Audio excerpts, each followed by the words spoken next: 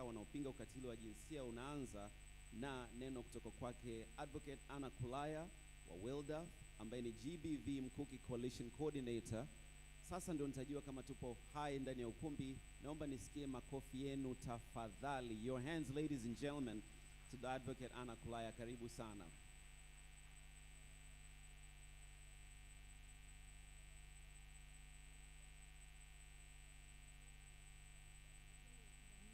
Hello.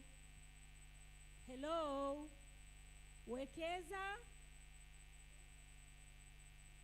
Jamani, zimeandikwa kila mahali hapa. Si ndio kauli yetu mwaka huu Wekeza kuzuia ukatili wa kijinsia. Tunawekeza, si ndio Na leo ni siku nzuri sana. Leo ni siku ya kushuhudia vinara 16 au mabingwa 16 ambao wamekuwa wakiwekeza kuzuia ukatili wa kijinsia katika maeneo tofauti tofauti. Naomba nitumie fursa hii kuwakaribisheni nyote. Karibuni sana katika siku yetu ya Tuzo. I hope wageni wetu mmepata translation kwa ajili ya siku yetu muhimu nzuri sana ya Tuzo. Huu ni mwaka wetu wa 4 kama sijakosea tangu tumeanza kutoa tuzo hizi. Na tuzo hizi tunatoa kwa Watanzania wa kawaida kabisa ambao wamekuwa wakitumia nguvu zao, akili zao, rasilimali zao, ambao wamekuwa na moyo na courage ya kutoka na kukataa vitendo vya ukatili wa kijinsia, aidha wao wenyewe au kusaidia watu na jamii, watu binafsi na jamii. Ndicho ambacho kikubwa tunakifanya. Kwa hiyo pamoja na kwamba tunafahamu kabisa masuala ya ukatili wa kijinsia yanahusu mamlaka, lakini tukasema kwamba kwenye jamii yetu, na tunaongelea kabisa kwamba ni mfumo dume unaoleta masuala mazima ya ukatili wa kijinsia. Kwenye mfumo dume huu, kwa bahati mbaya sana, unazima sauti za watu, unazima hatua za watu wanaotaka kuchukua hatua. Kwa sababu hiyo tu ndio maana sasa tumesema ni muhimu, kwa sababu wapo watu kwenye jamii wengi sana ambao wanafanya kazi nzuri sana.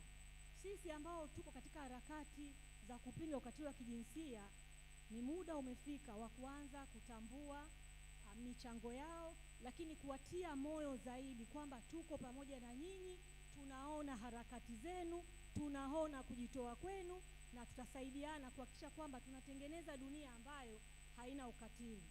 Na baada ya kusema hayo, nitaongea kidogo tu kwa Kiingereza kama nilivyokuwa nimeandaa speech yangu kwa ajili ya wageni wetu. Naona wengi wajaja, but I'll say today is not a speech day, and so in the spirit I would like to keep this short and very sweet.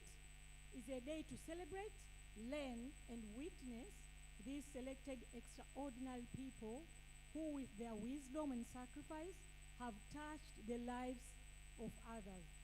These people have shown us that it is possible to create a world which violence is just a thing of the past, an archaic memory. That it is possible to dismantle patriarchal views that create inequalities and discrimination that fuel gender-based violence. The Anti-GBV Award Champions celebration give us the opportunity to reflect on the instrumentalism of power and how, when we use correctly and effectively, it can create a world free from violence, pain, and suffering. I would like to take this opportunity to thank all the development partners that have invested their effort, their time, and contribution to make this day possible. Thank you so much for Barrick Gold, who is a new partner. Thank you, the Embassy of Denmark, Ireland, Switzerland, and Belgium. Thank you for your support. Thank you for your voice that made this Anti-GBV Champion Award event possible. To our champions, congratulations. It was not easy to select 16 candidates out of more than 700 people, applicants, that made their bids, but your voices, your spirit, and your dedication to upholding a strong moral character made you some of the most outstanding candidates we have ever received. With that being said, I would like to take this opportunity to welcome all members, Mkuki members, development sectors, private sectors, our dear Queen Mothers, ninawaona wapo, and all guests who have come to join us to this memorable occasion. Karibuni sana. Let us enjoy this evening together and celebrate these 16 champions of change, and we hope they inspire in all of us the spirit of change and to continue the fight against gender-based violence. Asanteni sana, karibuni sana.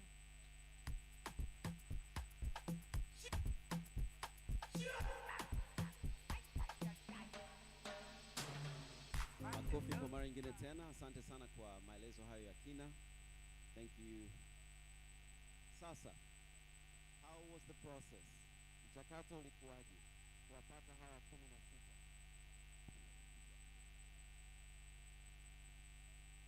maelezo hayo ya process nzima ya kuwapata hawa 16 anayo jaji wetu, na mlikuwa mmepata bahati ya kuweza kumwona hapa mapema akiwaeleza nini kinaendelea.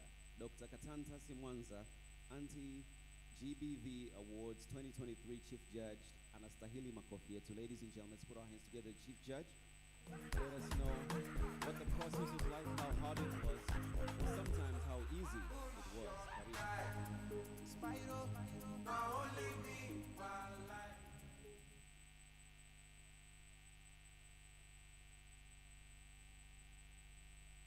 Your Excellencies, distinguished representative from United Nations, representative from United States Government Mission to Tanzania, representatives from European Union delegation to Tanzania, my colleague, brothers, sisters, in quest of ending GBV, members of the place, ladies and gentlemen, nawasalimu kwa jina la Jamhuri ya Muungano wa Tanzania.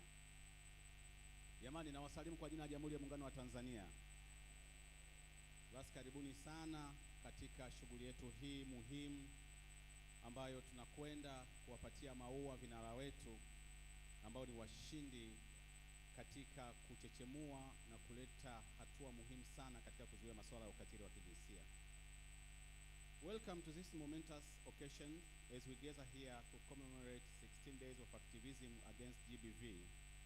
Today we come together not only to reflect on the progress we have made, unsung heroes who have dedicated their lives to end gender-based violence in our communities. As one of the judges in the panel entrusted with the challenging yet inspiring task of selecting champions, I stand before you with a heart full of admiration for it throughout this journey. The process began with an outpouring of the nomination from people across the country, demonstrating a collective commitment to eradicating gender-based violence. Through online submissions and calls, we received stories of resilience, courage, and dedication. Our esteemed panel of judges sifted through the nomination, carefully considering each nominee impact and commitment to the cause. The finalists chosen based on the remarkable achievement. We were then subjected to rigorous interviews and questioning process. We explored the depths of their motivations and driving forces behind their advocacy and the tangible changes they have brought to their communities. Today, we are here to announce the winners in 16 distinct categories, and each representing a facet of a fight against gender-based violence. The champion we celebrate today have gone above and beyond, tireless working to create safe spaces, amplify survivors' voices, and dismantle the structures that perpetuate violence. Before we proceed to unveil the well-deserved champion, let me express my deepest gratitude to all the nominees. Your passions, your dedications, and relentless pursuit of justice have left an indelible mark on our hearts. Each of you is a beacon of hope, and your collective effort contributes to global movement for a world free from gender-based violence. I would also like to extend our sincere appreciation to the government of Tanzania, member of diplomatic corps, representatives from different organizations, member of the place, and all invited guests for gracing this occasion with your presence and support. Now, without further ado, let's honor and celebrate the extraordinary individuals selected as champion in the respective categories. May their stories inspire us to redouble our effort in the fight against gender-based violence. Together, let us stand united in creating ways where everyone, regardless of gender, can live free from fear and violence. Asanteni sana. Basi niongea kifupi tu Kiswahili kwamba tunamshukuru Mungu kwamba zoezi letu lilianza kwa mapendekezo ambayo tuliyapokea kutoka kwenye jamii kwa watu mbalimbali kupitia njia ya mitandao. Wengine walipiga simu wakatuambia fulani anafaa. Baada ya hapo tukawa na orodha kubwa ndefu sana ya watu ambao wamependekezwa kwa kategori zao mbalimbali ambazo kazi wanazofanya katika kuzuia masuala ya ukatili wa kijinsia. Tukakaa kama timu ya washauri na baadhi ya washauri wamekaa kwenye meza hapa. Tukaanza kupitia moja ya pendekezo na baadaye tukaanza kuwapigia simu mmoja baada ya wengine na wengine hata kuuliza wanajamii wanafikiri ni kwa nini anachaguliwa kwa sifa hii. Na kutokea hapo mwisho wa siku ndio tumeweza kupata hii listi ya hawa washindi wetu, vinara wetu 16 ambao jioni ya leo tunakwenda kuwashangilia.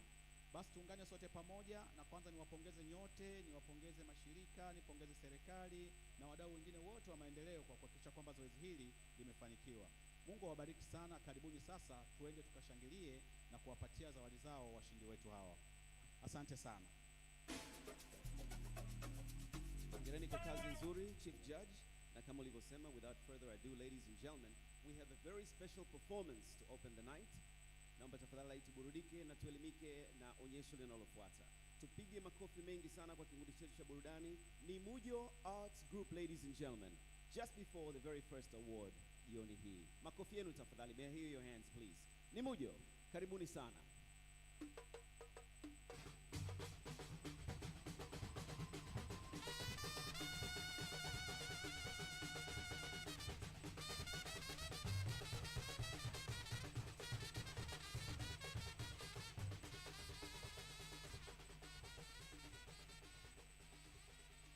Gea Habibu ni mwandishi wa habari wa Clouds na DSTV kwa zaidi ya miaka 10, lakini pia ni kinara wa kupinga ukatili majumbani kupitia vipindi vyake vya Heka Heka na Ulimwengu. Nia yake ya dhati ni kuonyesha na kufichua mambo yanayoendelea majumbani, hasa ukatili wa kijinsia kwa watoto, wanawake na wanaume. Na ameshaibua kesi zaidi ya 100 na kesi nyingi zimefanyiwa kazi na mamlaka husika. Wewe Matika, acha kujichelewesha. Kwanza watuone hapa. Eti. Sio watuone hapa. Nilitegemea wewe ungeniwezesha ili nifike mbali. Lakini nini? Unahangaika kusoma ili upate kazi na baadaye upate pesa. Ukinikubalia ombi langu, utaamini kuwa kusoma ni kujichelewesha tu. Leo twende, nitakupa na zawadi. Bwana mimi sitaki. Matika. Bwana mimi sitaki. Matika utaki nini? Twende bwana. Twende bwana. Matika. Matika.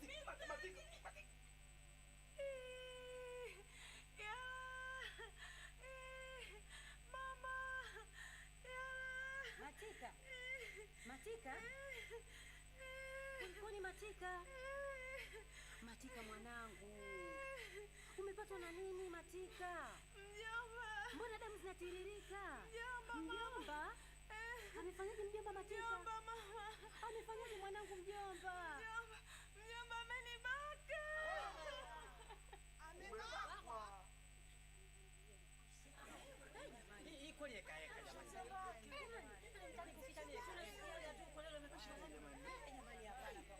Yaani mtaua auishi vituko.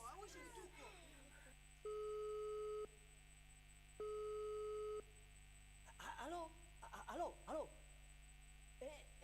Naongea na utoe kaeka Wewe dadagea? Sasa dadagea hapa mtaani Mujo hapa Sasa hivi nakwambia hivi, yani kuna binti wa darasa la 6 kabakwa tena na mjomba wake. Yani nakwambia hivi, bado kwa moto, njoo haraka. Hii sio ya kufumbia macho.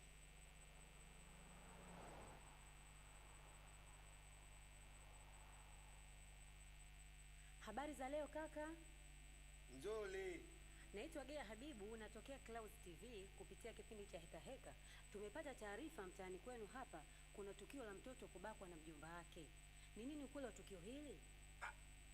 Bwana wewe. Hayo mambo mimi najulia wapi bwana wewe? Mimi hapa nimekaa tu nafanya shughuli zangu za kila siku. Nimetoka kwetu nimekuja kutafuta hela. Haya masuala ya mtoto kwa baba mimi siyajui.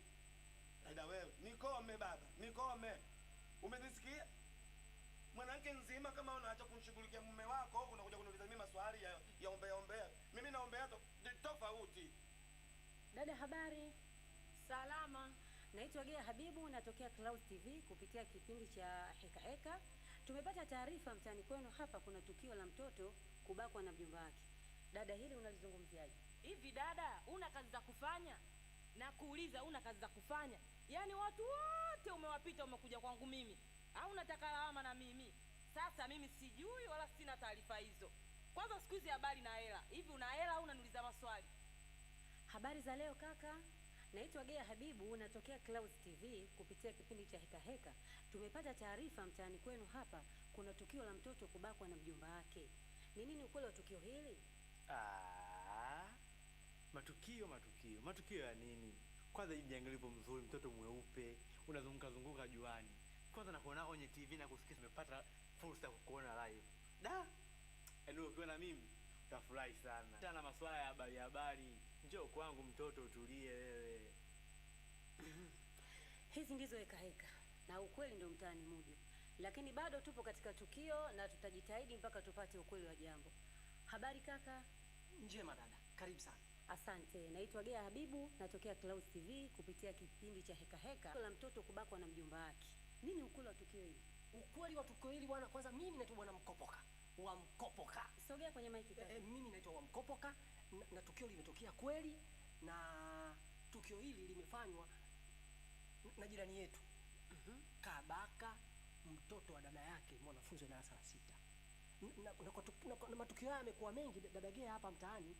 Nilikuwa nakusikia tu na Heka Heka, lakini kwa kuwa umefika leo mtaani kwetu, tutafichua mengi. Hili lililotokea leo liwe mfano fundishi kwa jamii yetu hii ya mtaa wa Nimojo. Kwa hiyo mimi unaniona hapa, shahidi wa kwanza, niko tayari kuhakikisha nakupa ushirikiano wa kutosha mpaka tunahakikisha haki ya mtoto huyu inapatikana. Asante sana bwana Mkopoka. Jamii inahitaji zaidi ya watu kama wewe. Matukio haya na sisi pia tumekuwa tukiripoti madawati ya kijinsia, ustawi wa jamii na polisi kupitia kipindi hiki cha Heka Heka. Nimegundua watoto wengi wanafanyiwa ukatili wa kijinsia. Changamoto ninazokutana nazo kama mlivyoona, kuna wakati wanajamii wanakosa kutoa ushirikiano ili kupata haki stahiki kwa wahanga, ili kuhakikisha aliyepata tatizo anapata ufumbuzi.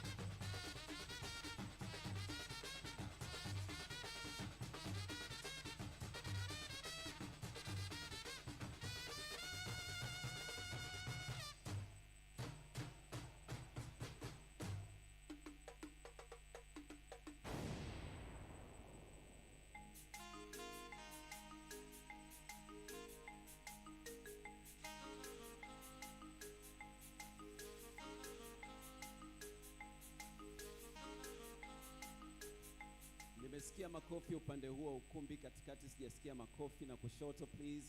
Ladies and gentlemen, the whole room as a whole. Are you ready for the awards? Tupo tayari, si ndio? Naomba nimkaribishe with great honor Your Excellency Ambassador Mettes Pandit, Ambassador of Denmark. You are presenting on stage the champion in ending GBV against domestic workers. Your Excellency, with our hands, please.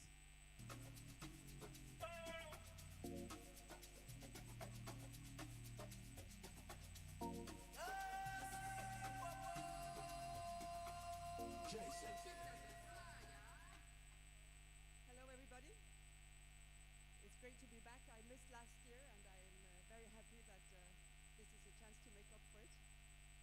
Guest of honor, esteemed guests, ladies and gentlemen, all protocol observed. It's with great honor that we acknowledge the exceptional contributions of Gea Habibu, a true champion against gender-based violence, as we present her with this well-deserved award.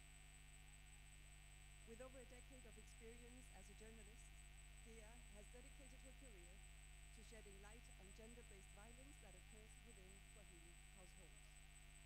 Through her programs, Heka Heka and Ya Walimwengu, Gea fearlessly addresses issues of gender-based violence. Her commitment extends beyond mere reporting as she actively pursues solutions and justice for those affected. Gea's impact is unmistakable in the tangible results of her work, with numerous cases successfully addressed by the relevant authorities. Over the course of a decade, Gea has brought to light more than 100 cases of gender-based violence, the majority of which have been effectively handled by relevant authorities. Gea vividly remembers several cases that she exposed through the media, which led to perpetrators being brought to justice. In one such case, a father sexually assaulted his own mentally disabled daughter, impregnating her and infecting her with HIV in the Kibaha region. Upon hearing this, Gea conducted an investigation to confirm its authenticity before sharing it online. Activists became aware and supported the victim by representing her in court, leading the perpetrator to receiving a life sentence. Another case involved a madrasa teacher in the Magomeni area.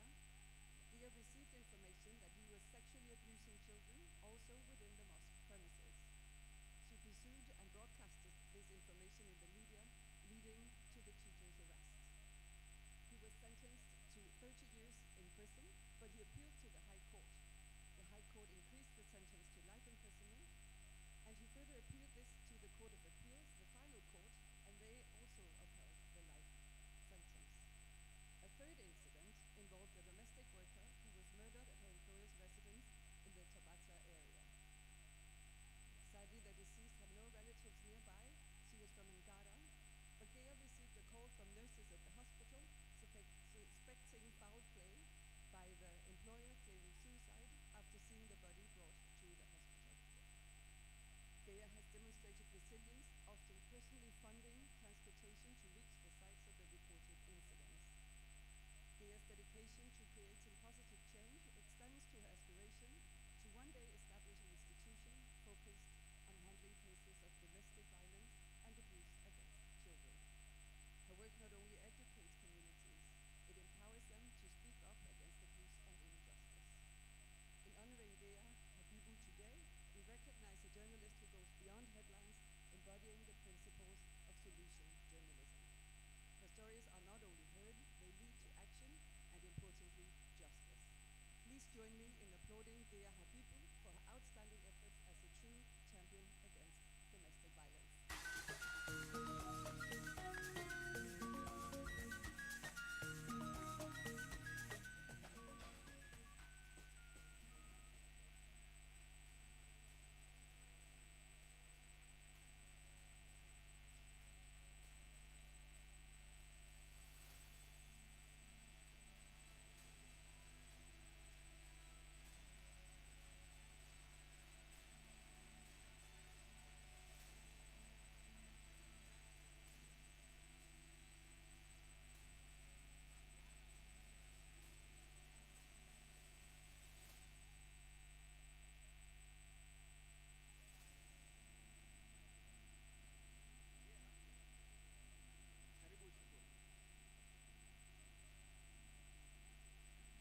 You know what I want us to do this time around, ladies and gentlemen? Every time the speaker, the winner, comes to speak, we stand, at least so that we're not always seated. Let's stand and give her the encouragement to come and say whatever she's prepared herself for. Karibu sana.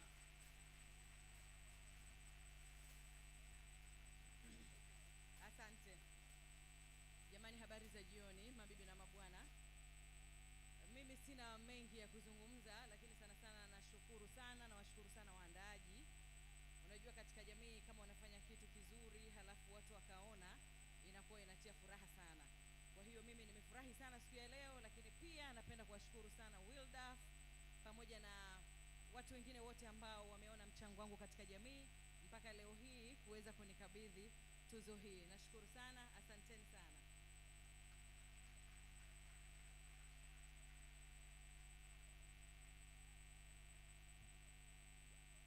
I love the term solution journalism from you, Ambassador Metis Pandit. I think it's going to catch on for many journalists in Tanzania. Hongera sana Geha. So we move on. Each time someone is awarded, we give a standing ovation. Sounds good? It's a lot of respect for each one of the winners and the champions. So, it's my great pleasure to welcome you, Miss Melissa McNeil Barrett, Deputy Representative UNFPA. You are presenting Champion in Ending FGM. Ladies and gentlemen, our hands. Karibu.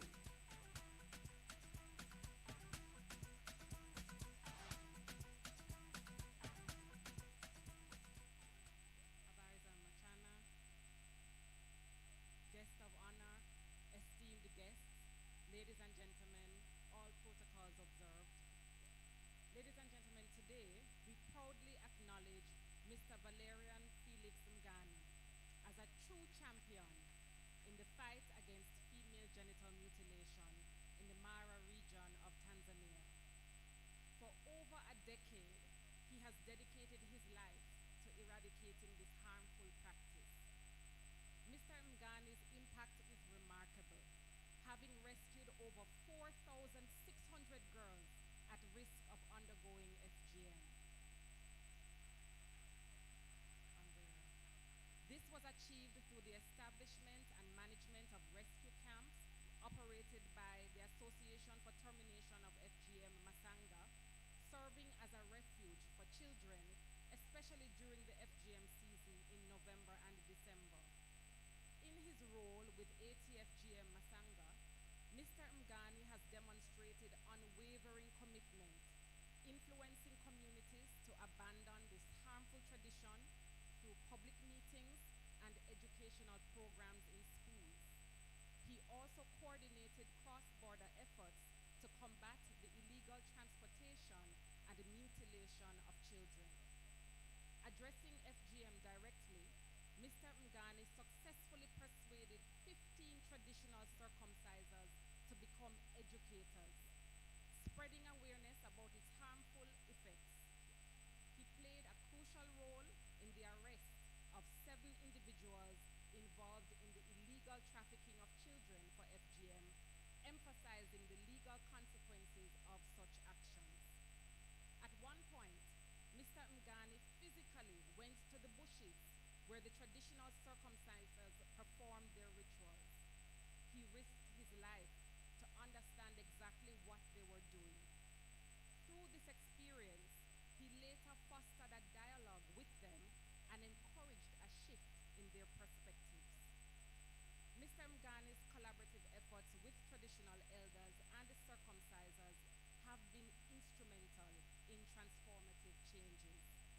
Circumcisers, through training provided by his initiatives, have transformed into alternative income-generating activities, signaling a positive shift away from FGM. Despite challenges, including resistance from traditional leaders and politicians, Mr. Mgani's dedication has brought about positive changes in the Korea community. Today, we honor him for his outstanding contribution as a fierce advocate, a trainer, and a protector of the rights of young girls. Please join me in applauding Mr. Valerian Felix Mgani for his exceptional leadership and commitment to ending female genital mutilation in Tanzania. Hongera sana.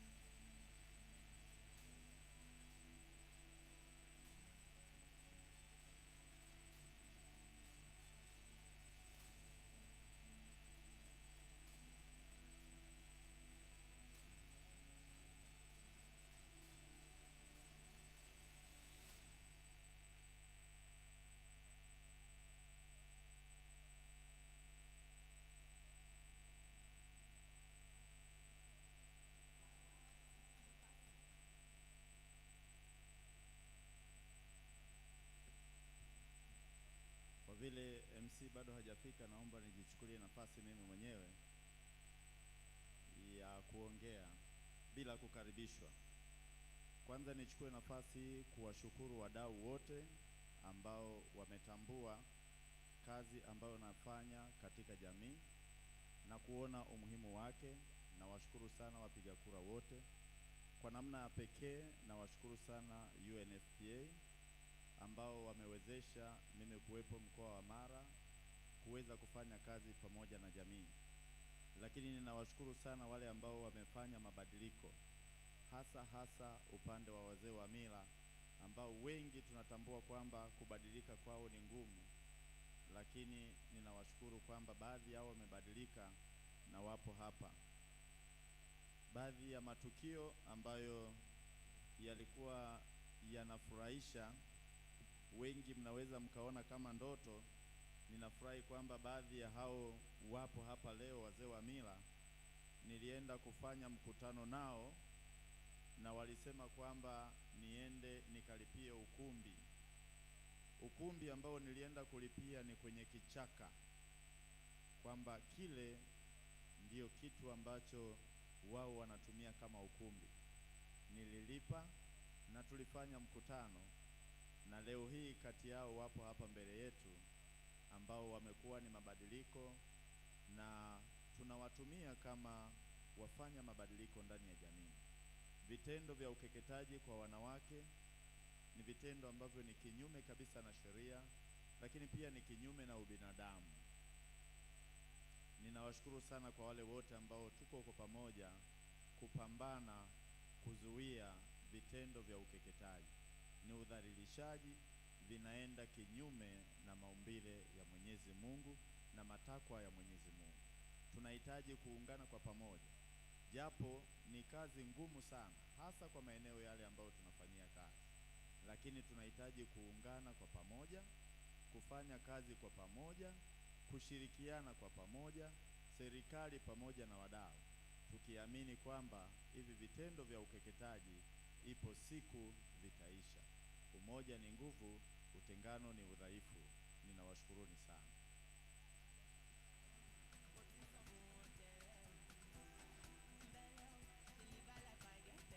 Asanteni kwa mikono yenu. Na kweli kaka yangu Valerian, ulisema sikutokea kwa kukaribisha. Sasa naomba pia niwaeleze ambao wengine watakuja kama washindi kwamba tutakuwa na mmoja wenu ambaye atawawakilisha hapo baadaye mwishoni ili tuweze kwenda na wakati. And so ladies and gentlemen, to all the winners, all the champions tonight coming up on the stage, there will be one that will represent your vision, ujasiri wenu, courage yenu, ufanisi wenu, effectiveness yenu na uthabiti wenu ama determination yenu. One of you shall speak at the very end. We shall simply rise, put our hands together for you, and allow you to take your seat. So let's move on. And mabibi na bwana, kazi ya religious leaders tunaifahamu ni muhimu sana katika jamii kiroho. Our religious leaders lead us spiritually, and now I'd like to present Benoit Armand, Managing Director, Oryx Energies, for the next award. Ladies and gentlemen, your hands, please. Karibu sana.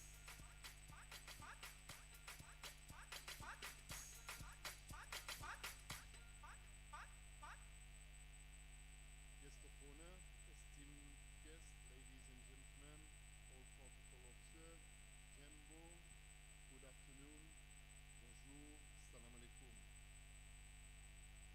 Ladies and gentlemen, it is with great honor and admiration that we acknowledge tonight Zinduna Abdallah for her outstanding dedication and leadership in the fight against gender-based violence. Zinduna serves as the Secretary of the Muslim Women Association in Tabora region and holds the esteemed position of Street Ambassador.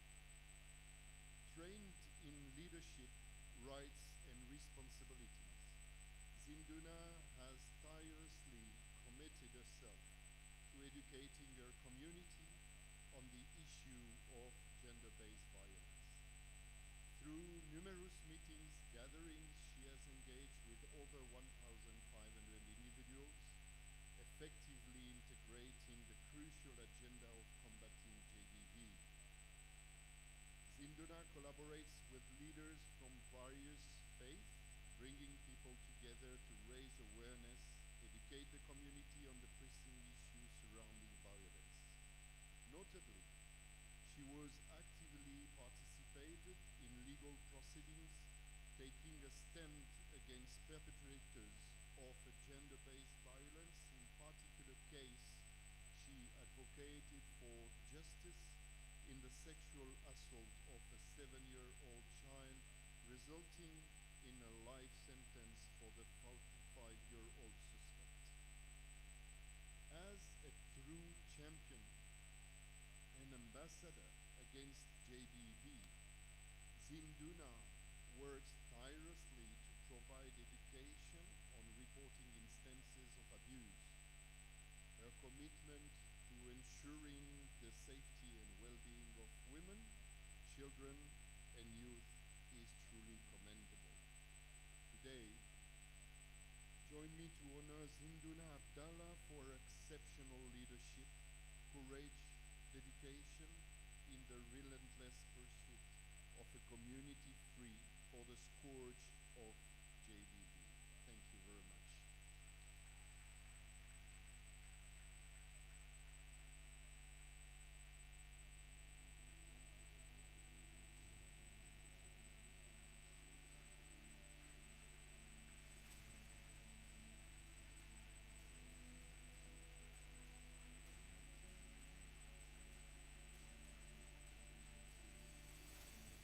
Mr. Benoit Arman, Managing Director, Oryx Energies, presents to our champion, Zinduna Abdallah.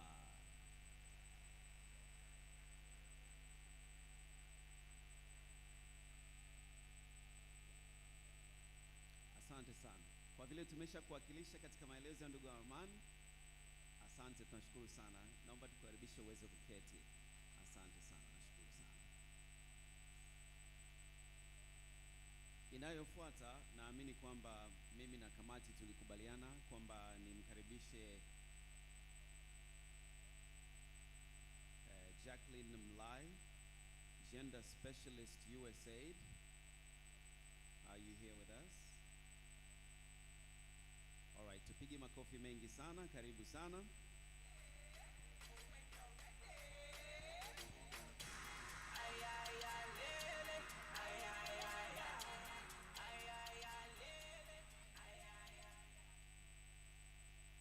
Guest of honor, esteemed guests, ladies and gentlemen, all protocols observed. Habarini za jioni. Ladies and gentlemen, it is with great honor that we acknowledge Mr. Mwita Nasibira for his outstanding efforts as a champion, traditional leader in the fight against gender-based violence. Hailing from the Eastern Timbaru clan, Mr. Nyasibira served as a secretary, showcasing his influential role over the 27 sub-clans of the Kuria community. Mr. Nyasibira has demonstrated exceptional leadership by actively opposing harmful cultural practices, particularly advocating against female genital mutilation within his community. His transformative journey began with enlightenment from UNFPA, training on the consequences of such practices. Not only did he change his own views, but he became a champion, inspiring fellow traditional leaders to embrace positive change.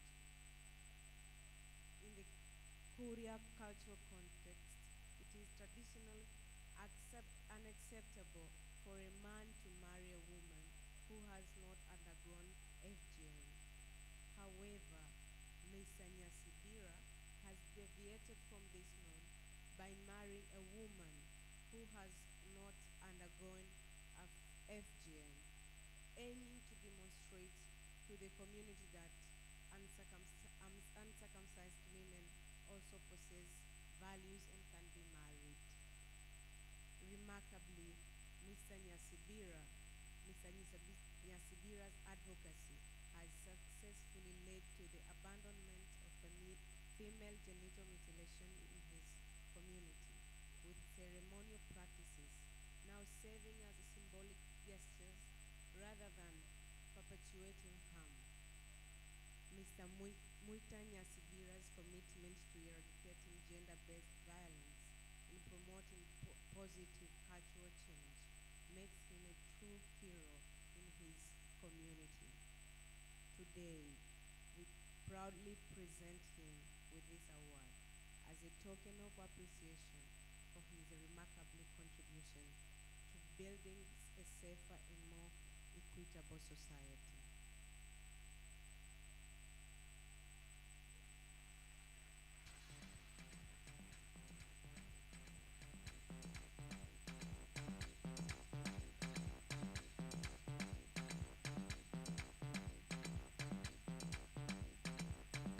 Mabibi na bwana, asanteni kwa kusimama. Thank you for your standing ovation to Mwita Nyasibira. Mabibi na bwana. For the next award, ladies and gentlemen. Naomba tupige makofi mengi sana. This is also going to a religious leader.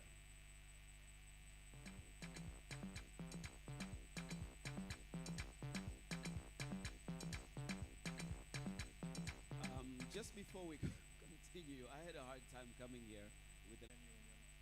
At this moment, we are called to acknowledge and celebrate the extraordinary effort of Reverend Father Dennis Ombeni, who is receiving this award as a true champion among religious leaders in the fight against gender-based violence.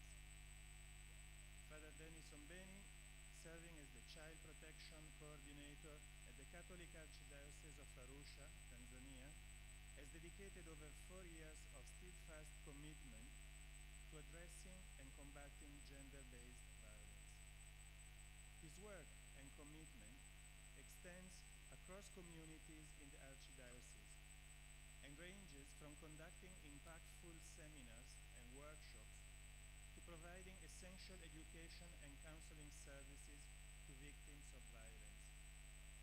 Through his essential work, Father Ombeni has significantly raised awareness within communities, encouraging the reporting of incidents without fear, and connecting victims with the relevant competent support systems, including law enforcement agencies. Numerous cases have been reported, with a commendable number finding resolution or reaching a solution at home. His impact is particularly evident in the rehabilitation and support provided to children who have suffered various forms of abuse, allowing them to resume their studies and in some cases reunite with their families. Today, we honor Father Ombeni for his outstanding leadership, compassion, and relentless pursuit of justice in the face of gender-based violence. On the 1st of January 2020, Pope Francis said, "Every form of violence inflicted upon a woman is a blasphemy against God." Father Ombeni, in his pastoral service, has taken these words seriously, and by doing so, he has contributed to dismantling the foundation of violence and injustice for future generations. Please join me in extending our heartfelt gratitude and congratulations to Reverend Father Dennis Ombeni for this well-deserved recognition.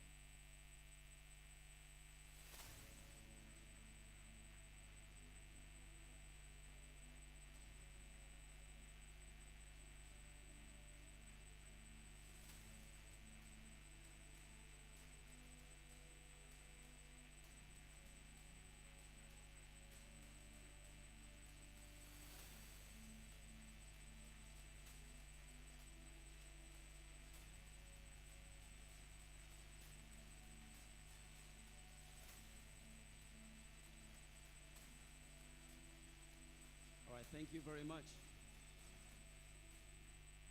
Thank you. You may take your seats. I hope the standing and sitting is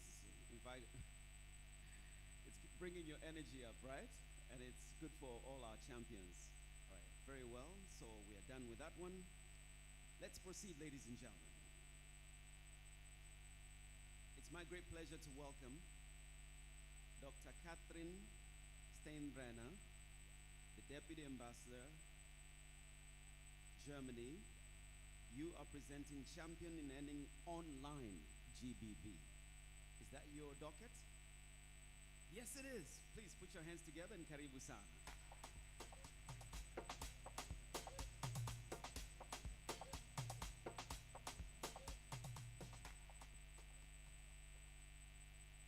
Guest of honor, esteemed guests, ladies and gentlemen, good evening.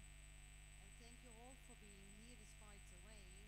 But it's a wonderful event here in Dar es Salaam, and those who missed it, we should tell them what they will miss. I have the honor, and I need my glasses, sorry for that. I have the honor to present an award to a very special lady here in the hall. Her name is Devota Trever, an outstanding champion in the fight against gender-based violence using online platforms, anything concerning hate speech, sexual harassment, and in their outreach to very new people in new circles. Hailing from the Songwa region, Devota has dedicated herself to advocating against gender-based violence since 2018, leveraging social media platforms such as Facebook, Instagram, and formerly Twitter, as we all know. She has demonstrated exceptional leadership by effectively utilizing her online presence to condemn, report, and educate on the consequences of gender-based violence. Her initiative, the hashtag Nasoma Kwanza campaign, has empowered students to bravely report gender-based violence to teachers and government officials. Despite facing challenges such as a negative perception towards online activism and cultural barriers, Devota remains steadfast in her commitment to creating a safer online environment for all. Picking from that, what she sees offline after visiting schools in the Songwa region to educate and guide students on reporting incidents of gender-based violence and connecting victims with the necessary support services, she takes the conversation online in efforts to seek justice. After her efforts were recognized by stakeholders and leaders, she has been actively involved in various village and board meetings to provide education on gender-based violence. In the pursuit of eliminating violence against women and children, Devota has successfully reached over 12,000 individuals. Isn't that amazing what she achieved? She has brought to light numerous cases of gender-based violence, including a child married below the age of 18, and we know that's still an issue in Tanzania, this child marriage. Devota reported the case to the police, leading to the child being removed from the marriage and returning to school to continue education.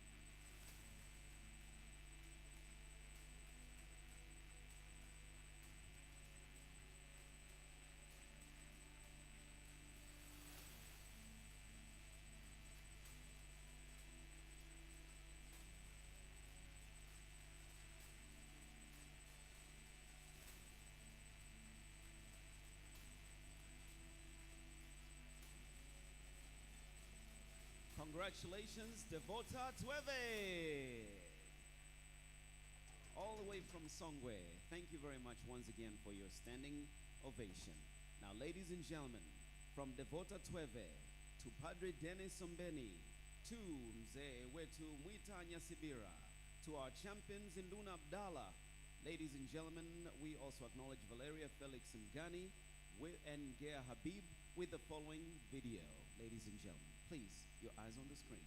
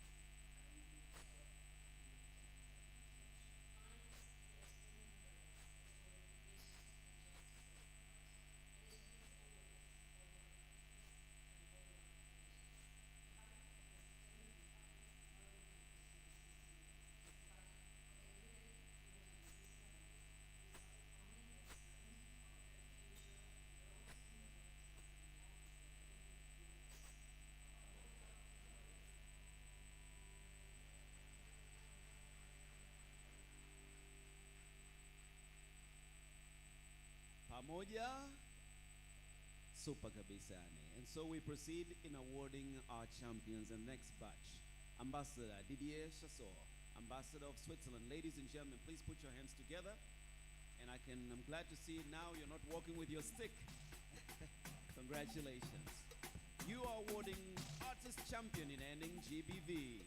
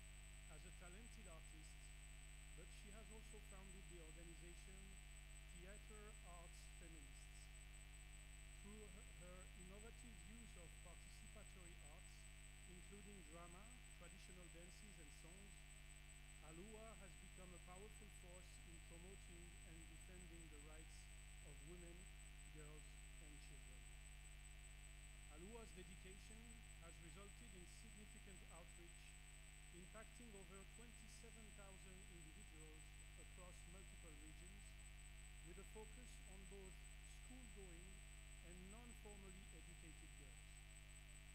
Despite facing challenges such as financial constraints and occasional marginalization as an activist, Alua's commitment to reaching communities, especially those in unsafe environments, remains unwavering. Motivated by personal experiences in a community marked by gender-based violence, Alua took a proactive and inclusive approach to education. Her incorporation of traditional dances not only captivates audiences, but also brings people together, reinforcing her message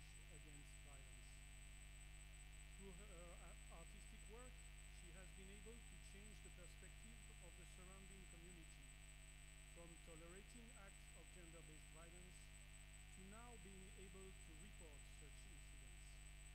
This is evident after statistics show an increase in reported cases of gender-based violence in the neighborhoods around her. The local government acknowledges the impact of her arts in these areas.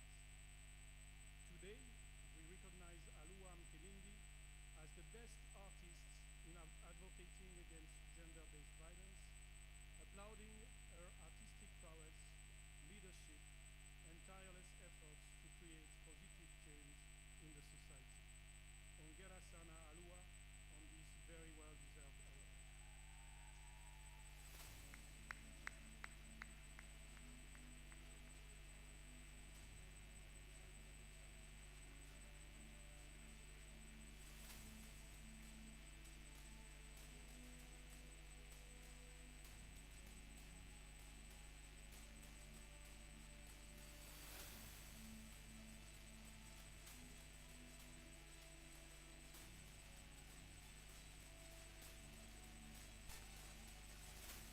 Thank you for your standing ovation, ladies and gentlemen. And congratulations to you. Hongera sana, sana, sana, sana, sana. Alua Mkilindi, hongera sana, sana, sana, sana. Sasa basi. Journalist in Ending GBV, being presented by Brett Salwashta, who's the Director, Democracy, Rights and Governance, USA. Ladies and gentlemen, please put your hands together to our presenter.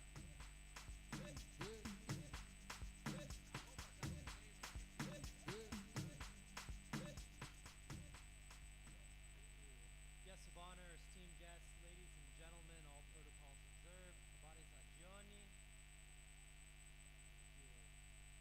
Today it is our distinct honor to shine a spotlight on an exceptional individual, Sophia Issa.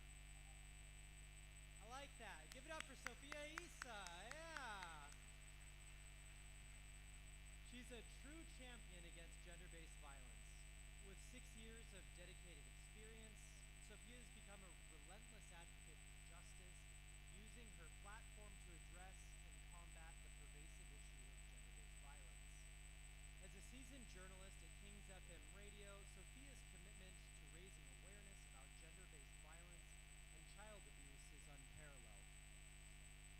Her impactful program, Tuzo, Ukatili, or Let's Talk About Violence, broadcasts every Tuesday from 5 a.m. to 12 p.m., serving as a powerful platform and a powerful medium to bring attention to various incidents that demand urgent investigation.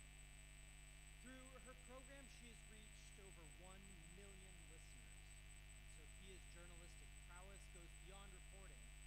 She has successfully connected victims of violence with crucial support services, fostering healing and resilience. Her notable achievements include exposing incidents such as sexual misconduct among students, rescuing underage victims from exploitative situations, and advocating for the rights and well-being of vulnerable individuals. Now, one particular case involved Sophia reporting on an underage girl below the age of 13 who was coerced into quitting school and traveling to the Njombe region to work as a domestic worker. The girl had come from Manyara region, where her employer deceived her by promising to continue her education upon arrival in Njombe. However, instead of receiving an education, she experienced mistreatment and was not paid her wages. Following the report, the police instructed the woman to return the child to Manyara and compensate her for her work. As of now, the child is returned home and is attending her second year of secondary school. Now, moreover, Sophia's dedication extends to inclusivity, as she adeptly employs sign language to communicate to those who are hearing impaired. This unique skill has proven instrumental in reaching and empowering individuals with disabilities, ensuring their voices are heard and their rights upheld. Sophia's outstanding contributions have not gone unnoticed, and she stands out as one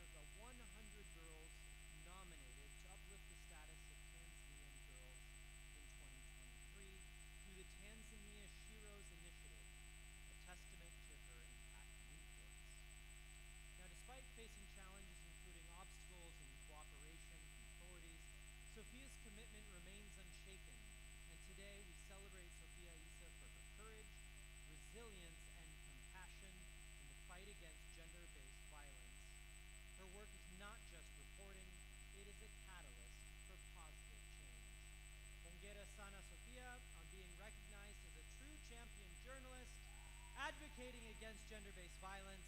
Your dedication inspires us all to continue the crucial work of creating a safer and more just society for everyone.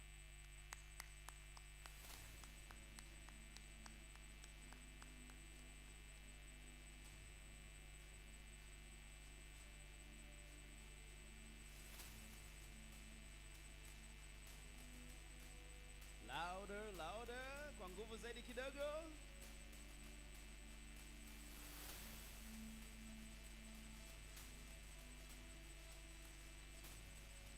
Inapendeza sana kuwaona waandishi wa habari wanapanda hapa juu kama champions, na sio redio za Dar es Salaam peke yake.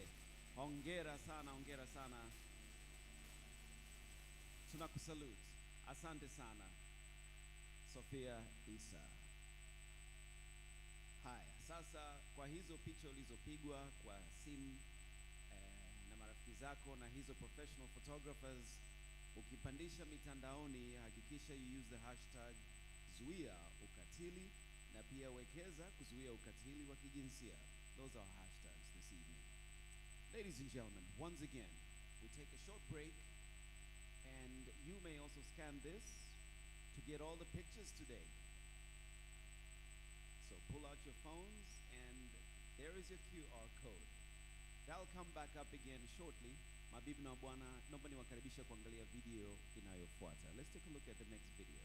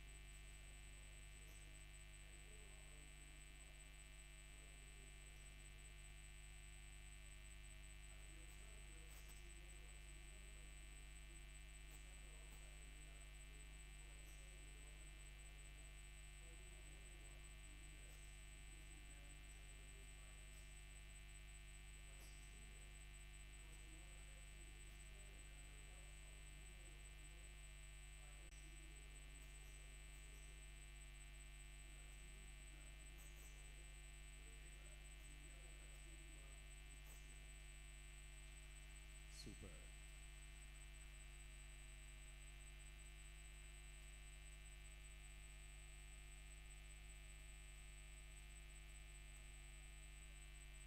So ladies and gentlemen, are you one of them in the videos? There's so many pictures. Are you one of them? I believe all of us are in here. Let's have a lot more people coming in to invest in this wawekeze kwenye kuzuia ukatili wa jinsia. So we move on. I'm calling the head of Corporation Finland, Mr. Johanna Lehtinen, for the champion in ending GBV against persons with disability. Your hands, ladies and gentlemen. Ladies and gentlemen,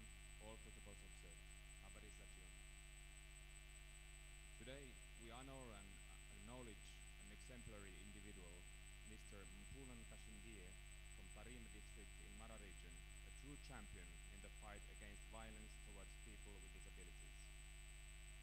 As a dedicated educator at a school for children with special needs, particularly those with intellectual and physical challenges, Mpulan has implemented innovative strategies to address and prevent violence. His commitment is evident in various initiatives, including educating students on violence prevention, fostering unity through clubs that bring together children with and without disabilities to discuss challenges, and advocating for awareness in the broader community through media channels. Mpulan's efforts extend beyond the classroom, encompassing teacher meetings and involving parents to address societal beliefs that hinder the progress of children with special needs. Mpulan and fellow teachers offer therapeutic exercises to help children with physical challenges. Their school also addresses cases where families hide children with disabilities by providing them with education and psychological therapy. They sometimes use religious references with a goal with professionals in relevant fields. Mpulan remains undeterred in his mission. Today, we recognize him not just as an educator, but as a change maker, making a significant impact on the lives of those often marginalized in society. It is with great honor that we present this award to Mpulan Kashindie, a true champion against violence to people with disabilities.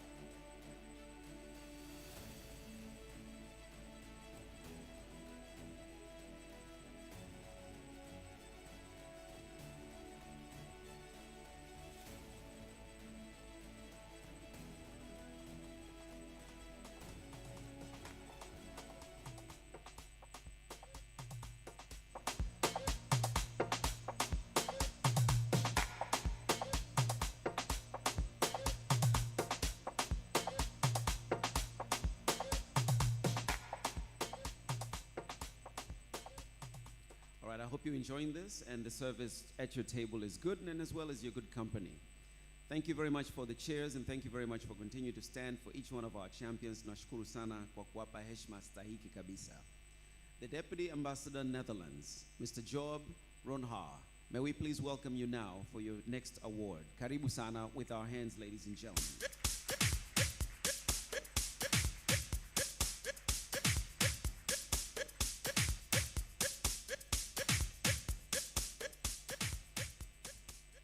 Habari za jioni. Dear guests of honor, esteemed guests, ladies and gentlemen, all protocol observed. It's my pleasure to be here, not only in the capacity as a member of the beautiful Team Europe that you just saw in the video, but also to represent my own country, the Netherlands. Of course, we love to orange the world, that's our national color, but we are also truly committed to be part of this group of people and countries that strive together to combat violence against women. I have the pleasure to put the spotlights on Mr. Nasoro Hazi Juma. Is he in the room? Pleasure to meet you. So allow me to acknowledge and celebrate Nasoro. You're from Zanzibar. You're a true champion in the fight against sexual abuse targeting women and children. Nasoro, you have dedicated your time to the critical cause of educating communities on gender-based violence, specifically addressing the heinous crime of sexual abuse. Your impact is felt across various platforms, from clubs to madrasas, and you tirelessly impart knowledge and awareness about the devastating effects of sexual abuse. Notably, you go beyond education by actively monitoring and expediting the resolution of sexual abuse cases reported to the police. Your entry, even in the face of challenges such as reluctant communities, family disputes, and logistical constraints. In addition to your advocacy, you extend support to survivors, encouraging them not to lose hope and providing crucial psychological assistance. Utilizing online platforms, you educate the community about sexual violence and you provide support to victims. You have established a facility called the Children's Corner, where child victims of abuse receive psychological assistance anonymously and are taught methods to prevent and protect themselves from future harassment. Despite encountering obstacles such as delays in legal proceedings and limited resources, you persist in your mission, and you do it with resilience and dedication. Your collaboration with various institutions and successful exposure of egregious cases such as a father's abuse of his own child highlights your commitment to justice. So today we honor you, Nasoro, for his outstanding contributions to this cause.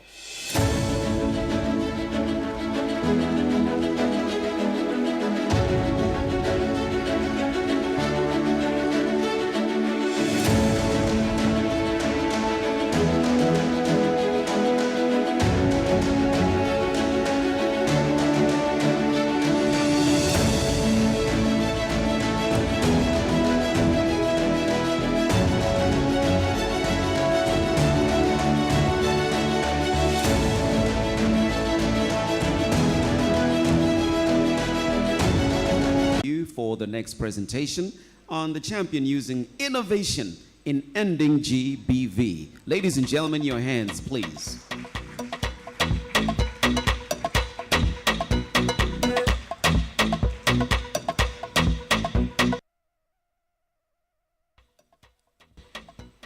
Guest of honor, esteemed guests, ladies and gentlemen, habari za jioni. Ladies and gentlemen, it is with great pleasure that I have the honor to acknowledge and celebrate the extraordinary achievements of Lydia Charles, the visionary founder of Panda Digital. Lydia stands as a true champion, leveraging technology to advocate against gender-based violence and empower young women in Tanzania. Panda Digital, under Lydia's leadership, has pioneered the first Swahili hybrid e-learning platform, addressing the pressing issues of young women's unemployment by providing access to skills, opportunities, and personalized business support. This innovative platform utilizes a website and AI SMS technology, ensuring accessibility, affordability, convenience, and simplicity for young women in Tanzania. The uniqueness of Panda Digital, it's a hard word to say, lies in its dedication to addressing the intersectional needs of young women who often face language barriers, lack basic digital skills, and struggle with financial autonomy.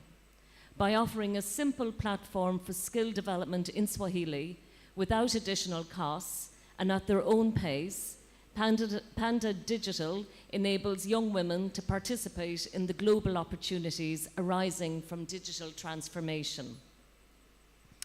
Panda Digital goes beyond conventional initiatives by not only providing digital skills, but also facilitating access to social justice for young women entrepreneurs who are victims of sextortion.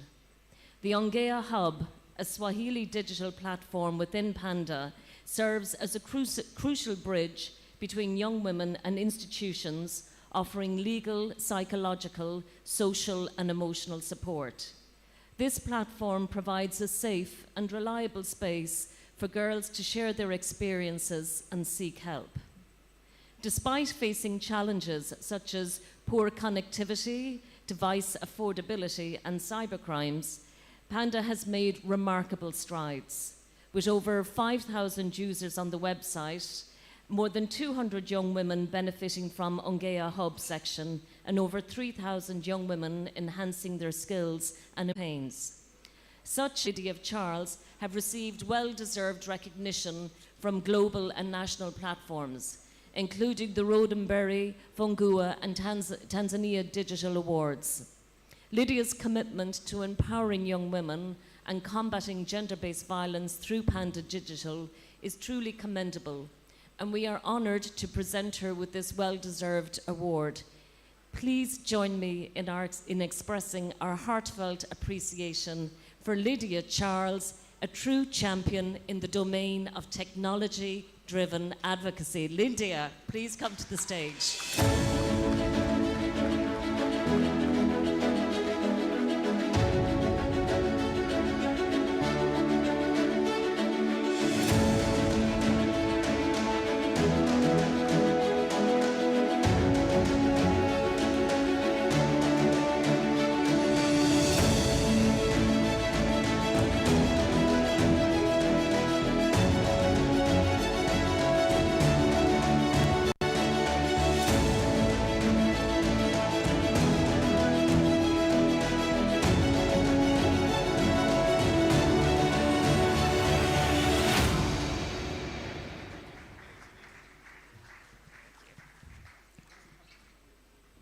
Congratulations, Lydia Charles. Ladies and gentlemen, thank you for your hands.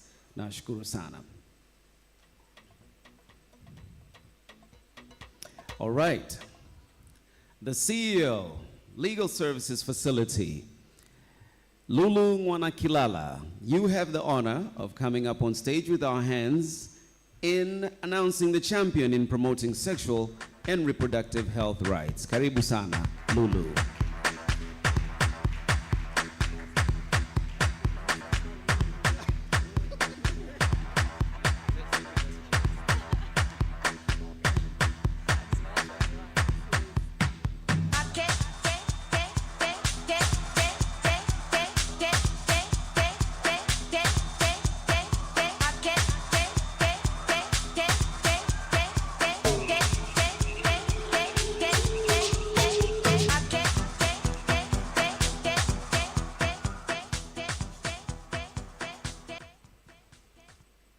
To say I'm very happy to be here, very honored to be presenting this award, and even happier because I personally know this person, and very well deserved as well.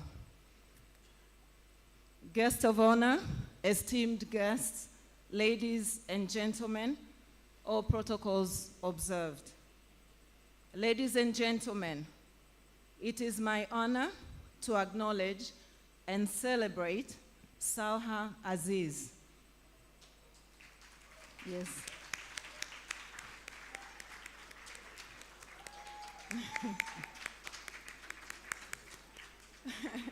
Well deserved.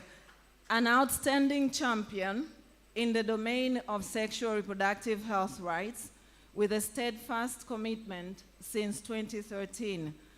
Salha has been driving force in effecting positive change using social media as a powerful advocacy tool.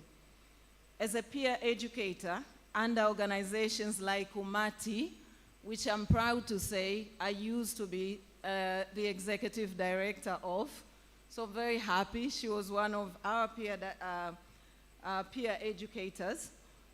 You Can and Timiza Malengo, Salha has tirelessly worked to elevate awareness and understanding of reproductive health issues among millions of youth, both within and outside formal education systems.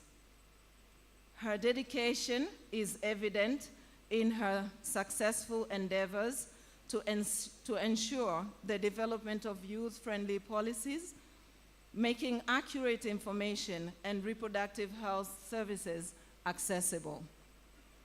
Saha's impact extends beyond education, as she has played a crucial role in assisting young women in accessing post-abortion care, family planning methods, and HIV testing.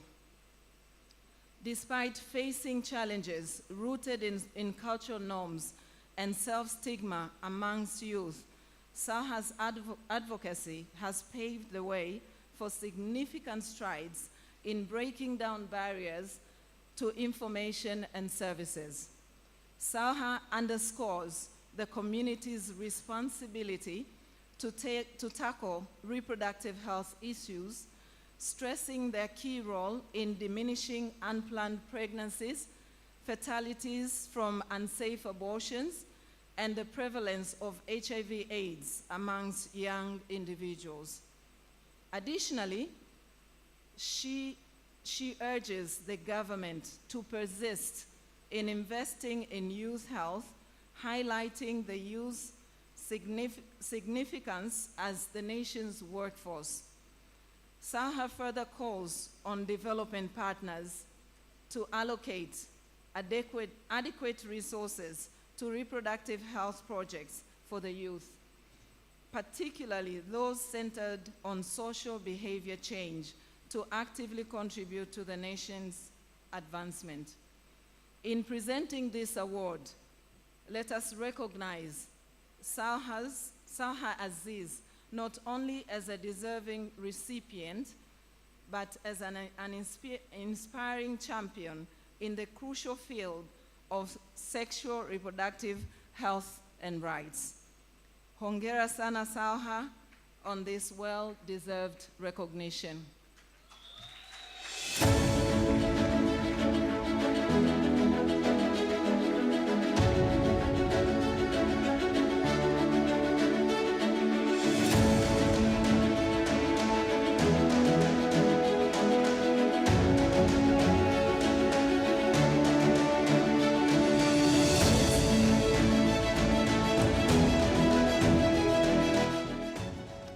She's accepting the award on behalf of Saha.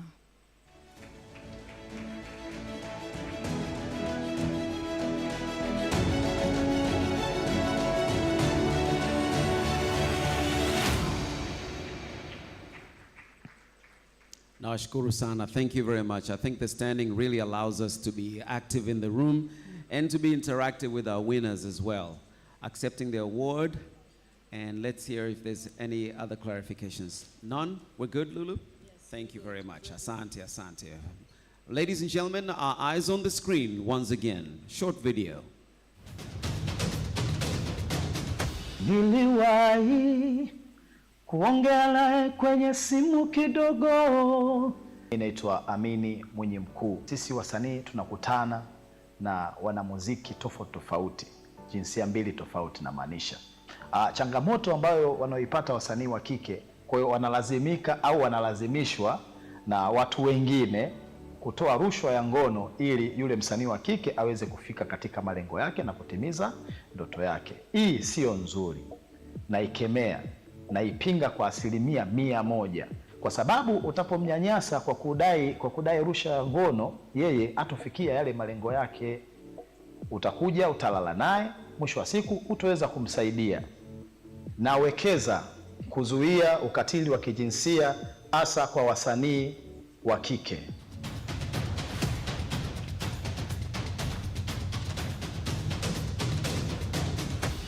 Hello, my name is Teresa Sitte. I am the ambassador of Finland in Tanzania.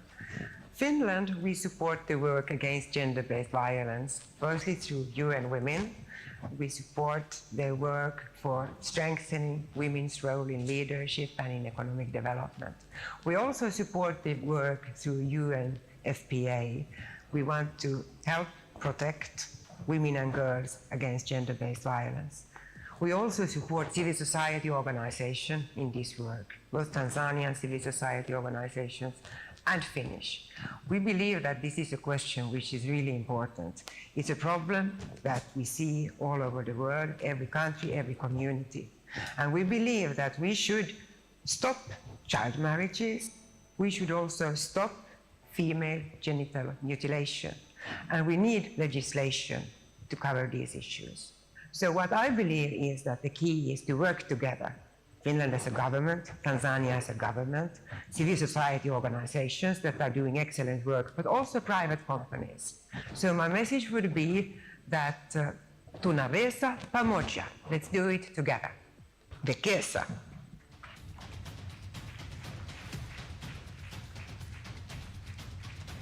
Ujumbe ambao wote tunakubaliana kwa pamoja, tuwekeze pamoja. Furaha yangu sana, my honor, kumkaribisha Sadananda Mitra, Deputy Country Representative of the UN Women. She is presenting Champion Survivor with Impact. Ladies and gentlemen, your hands please.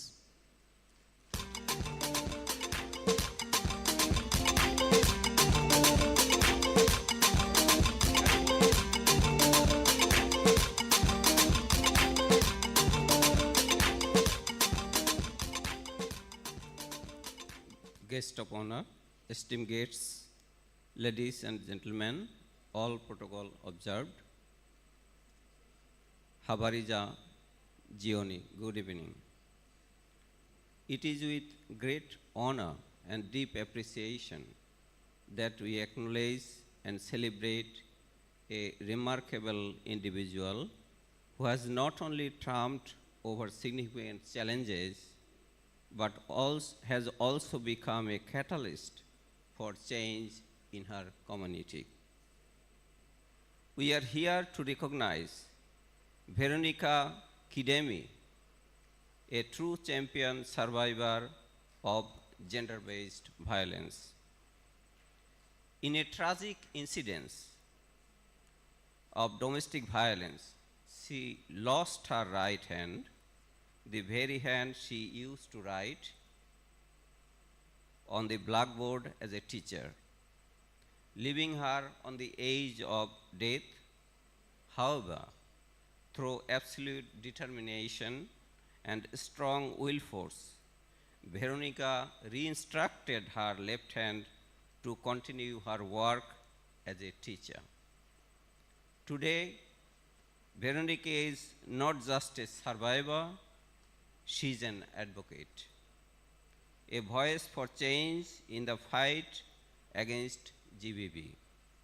She uses her own experience to raise awareness, offering support and inspiration to others who have suffered, demonstrating that they too can stand up from hard time to find their own pathway of life.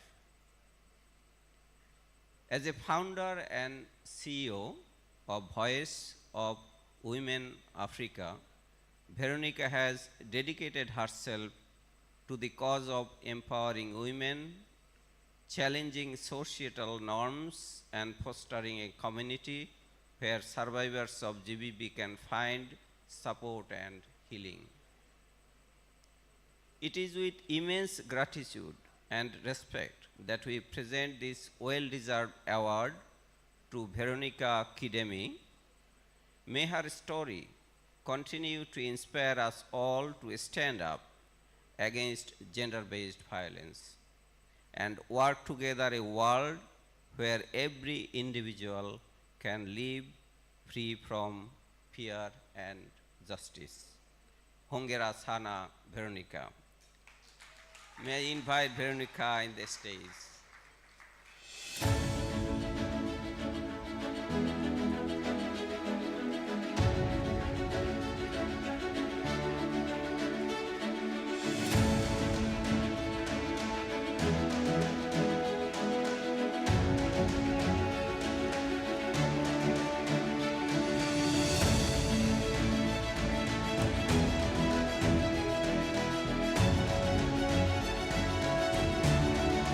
Veronica, ladies and gentlemen.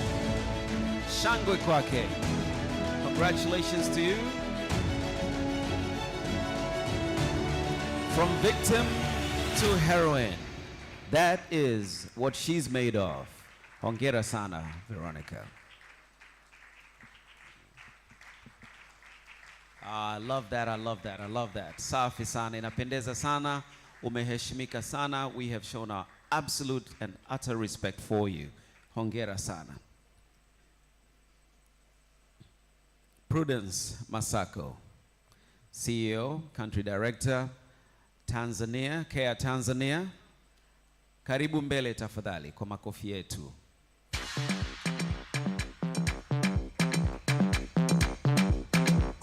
Karibu tangaze bingwa wetu, champion wetu against early pregnancy. Karibu.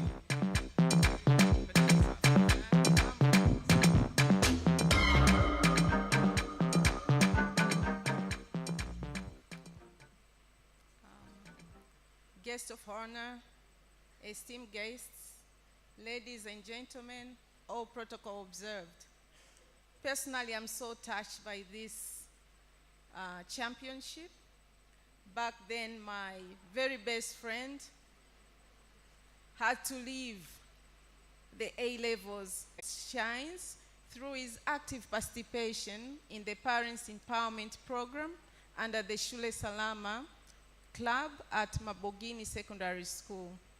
Renowned for his toughness and resilience, he earned the mocha Mzee Nyoka from Boda Boda riders for his tireless efforts in protecting schoolgirls from the scourge of sexual harassment and abuse of their way to school.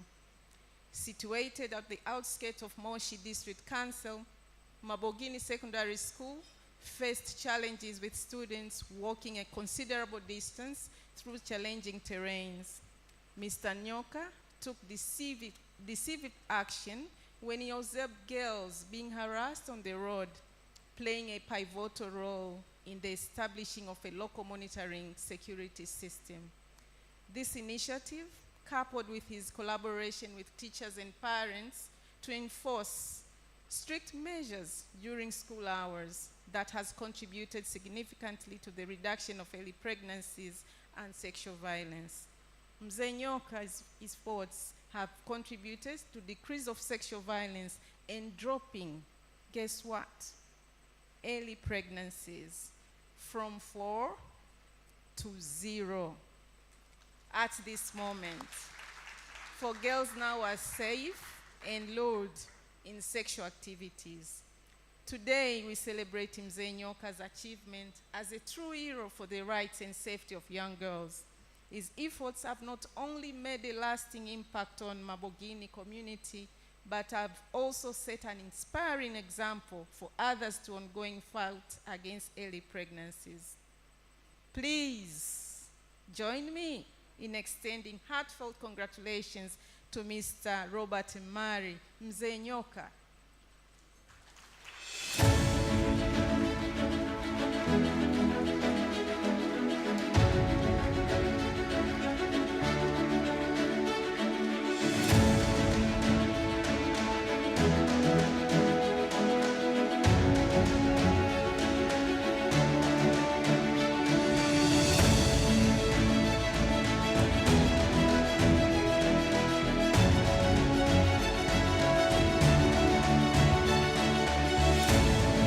Hongera sana Mzee Nyoka.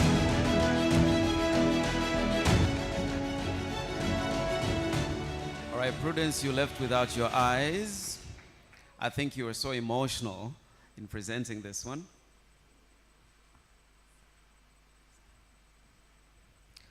All right, wow. It's emotional, it's just wonderful, the work that all these people do. Hizi kazi ambazo wanazifanya kwa kweli zinatia moyo sana. Hongereni sana. The country representative UNICEF, LK Wish, it's my great pleasure to welcome you now. And you are presenting to us the champion of ending child marriage. Ladies and gentlemen, your hands, please.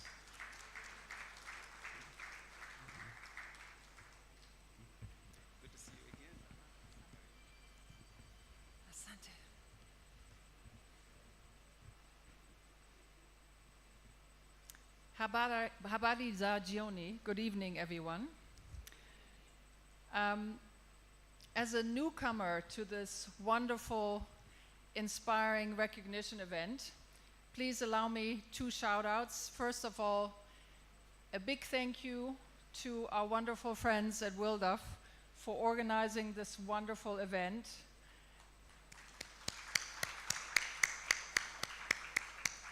And for inviting all of us to be part of it. And secondly, of course, to all the recipients, so touching and so humbling. And I think we want you to know that you're our heroes.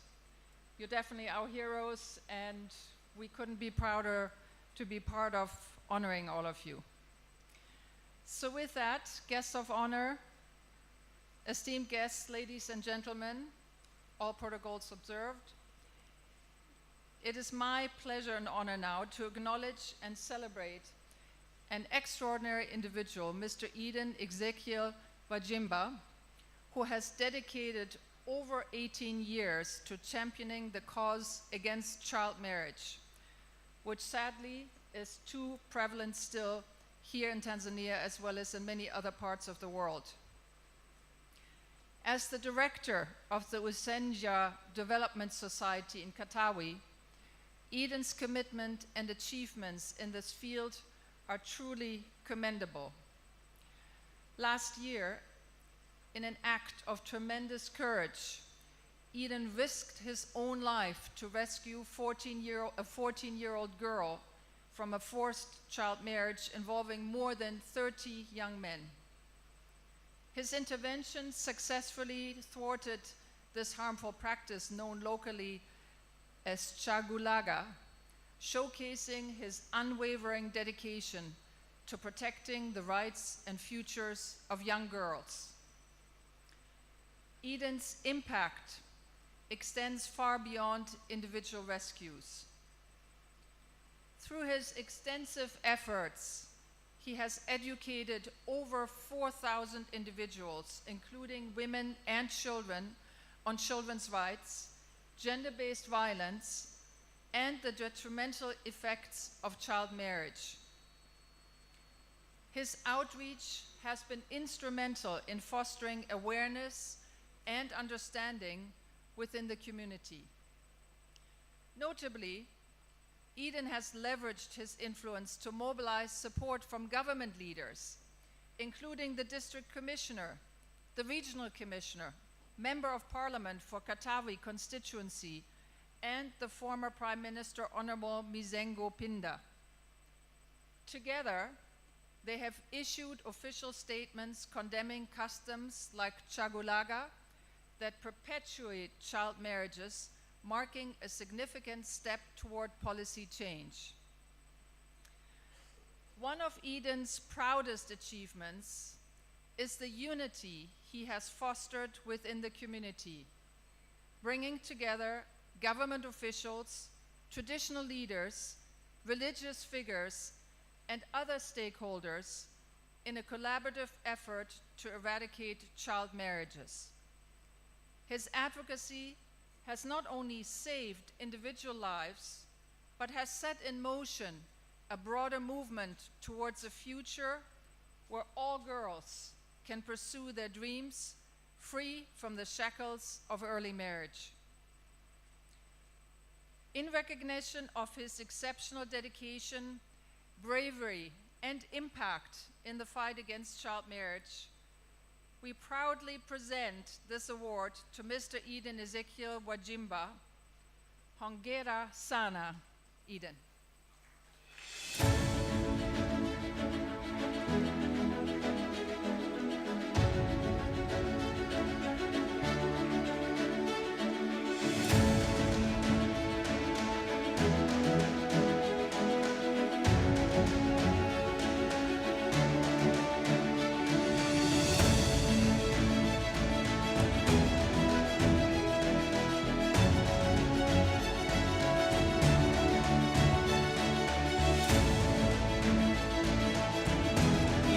Ezekiel Wanyimba.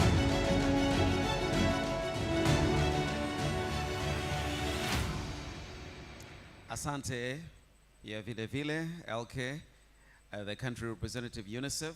I think you've given out an award that is close to your heart. And so, Do you know that we're at number 16? We do? All right, it's my great pleasure to welcome Sophie Ravaglia, Consul, Belgium Embassy. With your hands, ladies and gentlemen. Very important topic, ending human trafficking.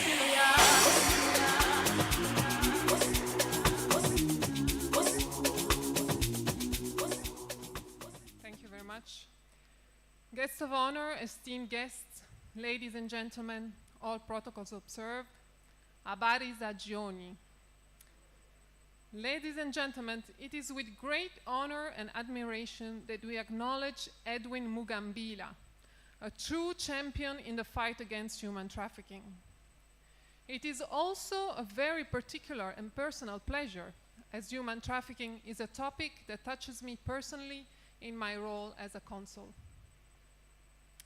Edwin, since 2016, has demonstrated unwavering dedication and leadership, spearheading campaigns that have led to substantial legislative changes, fortifying collective efforts against human trafficking. In 2022, he contributed to making substantial changes to the Anti-Trafficking in Persons Act of 2008. His recommendations were presented before the Parliamentary Committee, conveyed throughout media channels, expounded upon in academic in the Act. Through his role at the Tanzanian Relief Initiative, in collaboration with the Ministry of Home Affairs, he contributed to the training of 570 law enforcement officers nationwide. His initiatives have resulted in increased efficiency, with numerous cases brought to court, victims rescued, and criminals prosecuted. Edwin's impact extends beyond legislation and law enforcement. He has directly led to the rescue of 320 trafficking victims between 2020 and June 2023, reuniting them with their families. His commitment has provided hope and support for these individuals as they return to a normal life.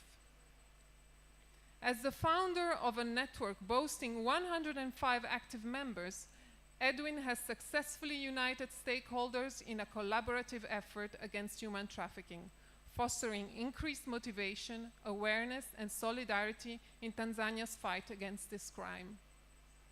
In his technical expertise, he has a role in formulating and implementing government action plans, strategically influencing the reduction of human trafficking in Tanzania.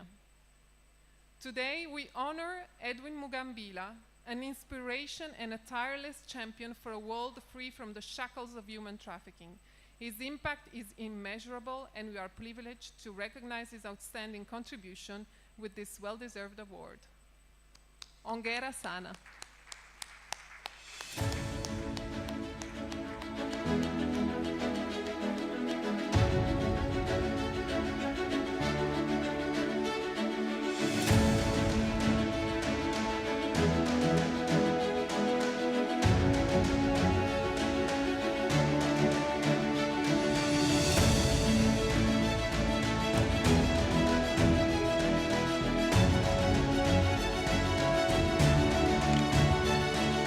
Congratulations, Edwin. And thank you very much, Sophie. Champion in ending human trafficking. Ladies and gentlemen, thank you very much for your hands. Nashukuru sana kwa mikono yenu. And now, let me take your eyes to the screen once again, and then we'll have a performance. Naitwa Imani Kajila, afisa mtendaji mkuu wa Simba Sports Club, moja klabu bora na kubwa barani Afrika, ikiwa katika klabu 10 kubwa barani Afrika. Simba inaungana na juhudi za serikali na taasisi mbalimbali katika kupinga ukatili dhidi ya wanawake. Lakini pia tuseme wazi kwamba ukatili dhidi ya wanawake limekuwa ni kati ya tatizo moja ambalo limekuwa likififisha ndoto za watu wengi katika jamii yetu. Hivyo tunapoenda kupinga ukatili dhidi ya wanawake, tunaenda kukuza jamii ambayo inajitambua kwamba klabu ya mpira kama za kwetu zinategemea sana uwepo wa vijana waliolelewa vizuri, waliotoka kwenye familia ambazo hazina ukatili wa aina yoyote ile. Na tunapokuwa na wachezaji wa aina hii, wanakuwa na wachezaji wanaojitambua, wanaopenda wengine, kwa sababu michezo ni furaha na mpira wa miguu unawasilisha upendo na utangamano wa watu wa jamii zote. Hivyo Simba Sports Club sisi ni wabia wakubwa kwenye kupinga ukatili dhidi ya wanawake. Simba Sports Club tunawekeza katika kuzuia ukatili dhidi ya wanawake.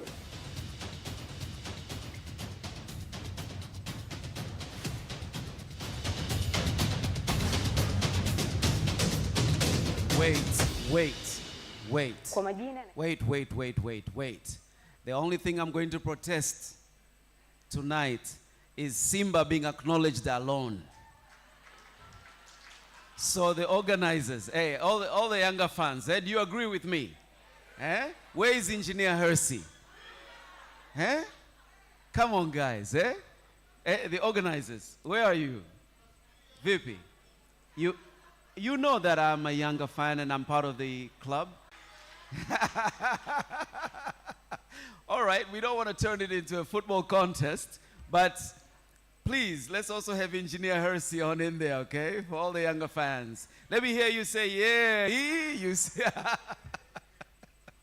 that's a Tanzania thing, you know, with football, but football is very impactful and we can actually send our messages on the billboards, outside the grounds, on our tickets. We can get associated and a lot of people can get the messages. By the way, the proportion of women attending football games peacefully and safely in Tanzania has markedly increased. Thereby, any messaging we send will be very impactful to them as well. Sounds like a good idea? All right, people, let's move on. That was just me protesting something that is close to my heart. So, we had our performance, kikundi chetu kizuri cha burudani. May I bring them back once again for a very special message. And just before they perform, ladies and gentlemen, let me let you know that there are two other important things remaining apart from the dinner and the networking with our champions. I'll come back to that in a short moment. Ladies and gentlemen, please put your hands together once again for Nimujo Entertainment.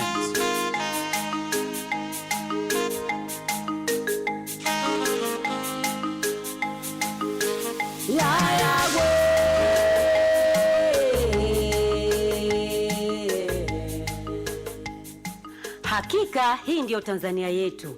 Vitendo vya ubakaji, ulawiti, vipigo, mauaji na mimba za utotoni vipo katika kila kona ya nchi yetu.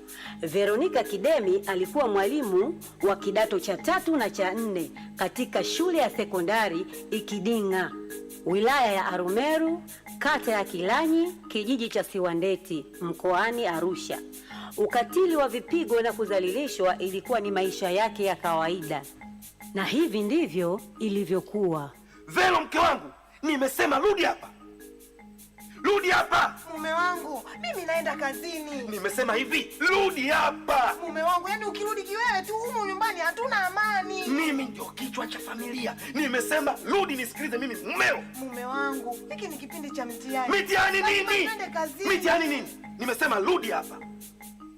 Mke wangu, naona kazi itakushinda. Kwa nini mume wangu? Mimi mume wako, nimetoka Dar es Salaam. Nimekuja nyumbani kupumzika na familia yangu. Lakini wewe mke wangu, umekuwa na ikaika zisizoisha. Kwa nini? Lakini mume wangu, mimi niko katika majukumu ya kazi. Kazi gani hizo? Hizo kazi gani? Simu zinaita kama customer care. Mara mwalimu huyu, mara mwalimu huyu. Wengine hao wamesebu walimu tu.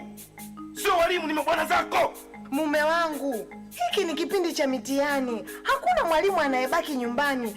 Wote tuko katika usimamizi. Ndiyo maana simu zinaita kila wakati. Sasa nasema hivi, ole wako uchelewe kurudi. Nitakuua. Nasema nitakuua.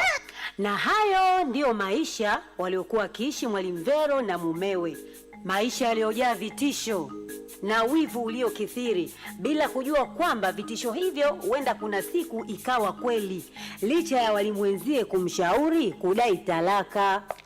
Madam Vero, Madam Vero, Madam Vero. Abe mwalimu Chabu, niko mbali. Kulikoni? Kwanza umechelewa, alafu nakuona kama upo sawa vile. Tatizo nini Madam Vero? Kweli siko sawa. Kama ninavyokuambiaga kila siku, akirudi mume wangu tu, amani hakuna. Mbali na kuchelewa, leo ilibakia kidogo nisije. Hapa unaponiona, nawaza sijui itakuwaje nikirudi nyumbani. Lakini Madam Vero, si udai talaka tu, au mfungulie kesi, umfunge. Kumfunga tena? Kumbuka yule ni mume wangu, alafu pia ni baba wa watoto wangu. We twende tu, tukamalizie kusimamia mitihani iliyobaki. Kuhusu hili, nitajua cha kufanya. Aya.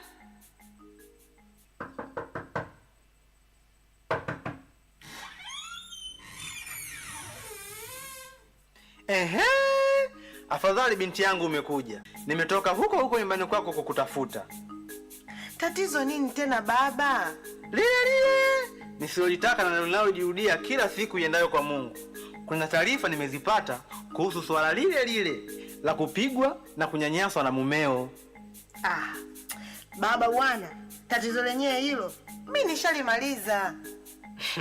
Haya, ila kumbuka, usipoziba ufa utajenga ukuta. Pia kumbuka binti yangu, nilikuozesha ukiwa mzima, usiye na ngeo wala jeraha lolote kwenye mwili wako. Kama manyanyaso yamezidi, rudi nyumbani. Hapa hujafukuzwa, na sisi bado tunakupenda mwanangu. Sawa baba, mimi nimekusikia, lakini bado nampenda. Na ndoa ni uvumilivu. Naamini tu atajirekebisha baba. Sawa mwanangu, lakini usivumilie visivyovumilika.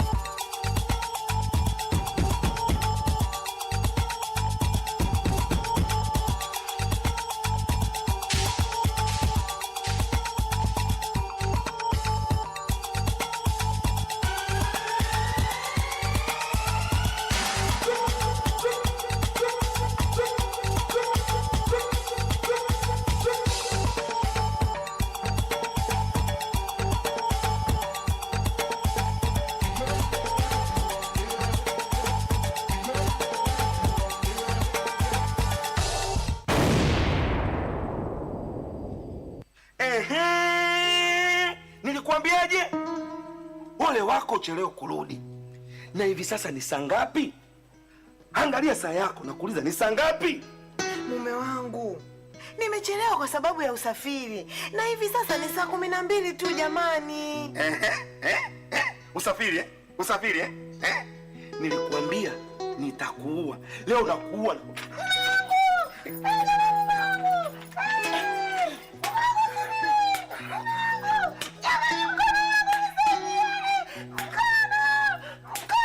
Kufa.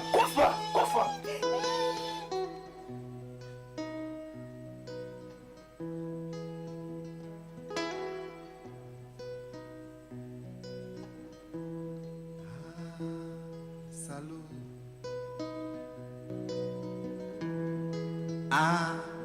Salut.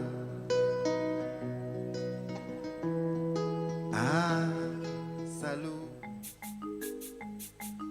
Katika tukio hili la kuogopesha, Mwalimu Veronica alipoteza mkono wake wa kulia ambao aliutumia kuandikia ubaoni kama mwalimu.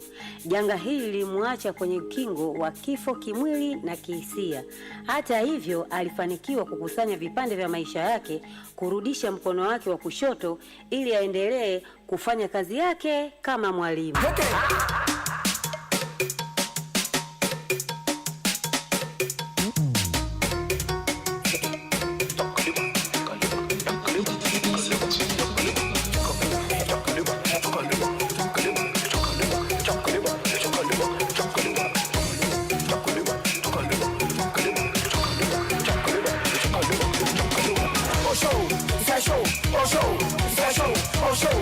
Show, chaud, cassez le dos, en bas, les mouchoirs, en l'air, c'est chaud, c'est chaud, c'est chaud, c'est chaud, hey, hey, hey, hey, hey, hey, hey, hey, hey, les mouchoirs, en l'air, cassez le dos, en bas, les mamans, c'est chaud, oh chaud, c'est chaud, c'est chaud, oh chaud, le chaud, cassez le dos, la personne. Vipi tena dada? Mbona umekuja kwa kasi ya ajabu? Mwangalie, wewe nikimbiza. Hapo tena nje ya mlango hapo. Anifuata. Nani tena? Hapa ni sauti ya wanawake Afrika. Hamna mtu yoyote anayeweza kukudhuru. Hivyo tulia na unieleze kipi kimekusibu. Ni hadithi ndefu sana dada yangu. Huyu alokuwa ananikimbiza ni mume wangu wa ndoa. Lakini mateso na manyanyaso yamekuwa ndiyo maisha yangu kila siku. Vimenishinda, kila nikiomba talaka yangu vipigo vinazidi, na leo kaamua kunikimbiza na panga kabisa. Na imani kwa kufika hapa nitapata msaada ili niondokane na unyanyasaji huu. Da! Pole sana. Hata mimi yalinikuta kama hayo. Kwa jina naitwa Veronica Kidemi. Mimi ndiye mkurugenzi na mwanzilishi mkuu wa Sauti ya Wanawake Afrika. Safari yangu hadi kufikia hapa ilikumbwa na matatizo makubwa kama ambayo umekutana nayo. Ila kwa bahati mbaya, mimi nilificha vitendo vingi vya ukatili nilivyofanyiwa na mume wangu. Hatimaye siku isiyo na jina alinikata mkono wangu. Niliteteleka sana, lakini nilipata msaada kutoka kwa wanaharakati wa shirika la Wildaf. Walisimama na mimi kupigania haki yangu. Na sasa mume wangu yupo jela akitumikia kifungo cha miaka 30. Na leo mimi sio mwokoaji tu, bali ni mtetezi, nikitumia sauti yangu na ufahamu wangu kwa wote ambao wanateseka ili waweze kuinuka, watoke kwenye giza kuu, na wewe nitakusaidia kupata haki yako.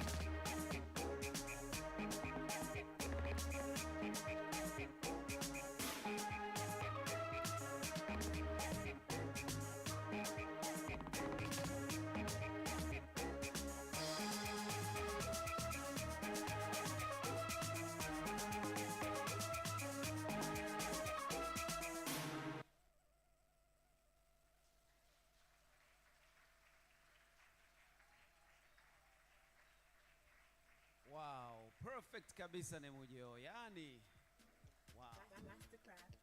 Hadithi yao kusema kweli ndio ile ambayo tunaifahamu mabibi na bwana. Tumeiona ikipewa tuzo kwa siku ya leo kwa yule mhanga ambaye ana athari chanya katika jamii yake. jela miaka vya maisha yake kama maelezo yalivyoelezea, na sasa anaendelea kupambania wengine. Alikuwa kimya, yakamtokea majanga mazito, ameweza kuinuka. Tupige makofi mgaringine tena. Ladies and gentlemen, please acknowledge Veronica Kidemi from Sauti ya Wanawake Afrika. Hongera sana. Sasa, asante sana Veronica, hongera sana. Your story by Nimujo here. Remarks on behalf of the champions. Neno kwa niaba ya machampions wetu. Please put your hands together for Padre Dennis Ombeni. Karibu sana Padre Dennis Ombeni.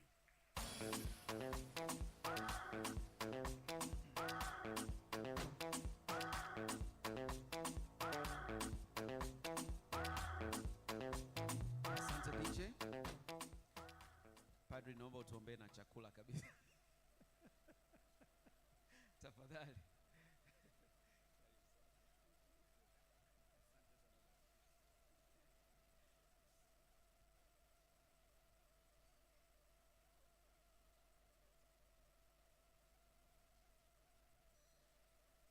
Mabibi na mabwana, itifaki ikizingatiwa.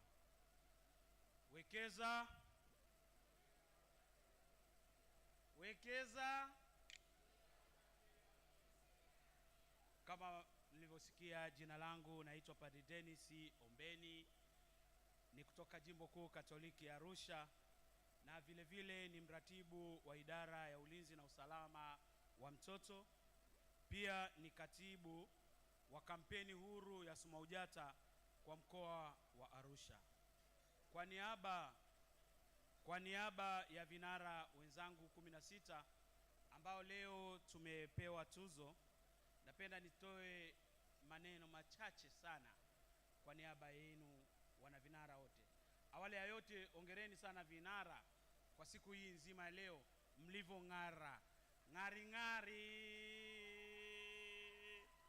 Baada ya hayo, nipende kusema kwamba vinara tumeweza kufanikiwa siku hii ya leo kupewa tuzo hizi kwa dhati ni kwa sababu ya matukio ambayo tunayoendelea kuyaibua katika sehemu zetu mbalimbali, hususan matukio ya ukatili yanayofanywa katika maeneo yetu tunamofanyia kazi, hususani kwa kuwasaidia wale walio wahanga wa matukio haya ya ukatili kama vile ukeketaji, utelekezwaji, ubakaji na ulawiti kwa wanawake na kwa watoto, kwa kuwapatia huduma za kisheria pamoja na huduma nasaha, na zaidi ya yote kwa kuwaunganisha na mifumo ya dola kwa hatua stahiki.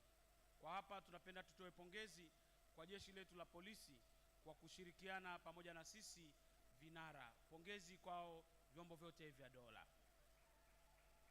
Aidha, kwa tuzo hii inadhihirisha wazi kwamba mmeziona juhudi kubwa zinazofanywa na vinara dhidi ya unyanyasaji wa kijinsia kwa wanawake na kwa watoto katika kutweza utu wa mwanadamu, na zaidi sana katika harakati hizi za umomonyoko wa maadili. Na hivyo kama vinara tumekuwa mbele katika kuendelea kutunza utu na hadhi ya mwanadamu, na zaidi kuendelea kupambana dhidi ya maadili kwa ajili ya ustawi bora wa jamii yetu ya Tanzania. Na hivyo ndugu zangu wapendwa, kwa pamoja tunatoa rai tuendelee kukaza buti, tusibweteke kwa kupokea tuzo hii. Kwa pamoja tukishirikiana katika kufanya haya yote, tunaweza kukabiliana na changamoto zilizoko mbele yetu. Nikizitaja baadhi ya changamoto tunazokumbana nazo kama vinara wa kupinga matukio haya ya ukatili.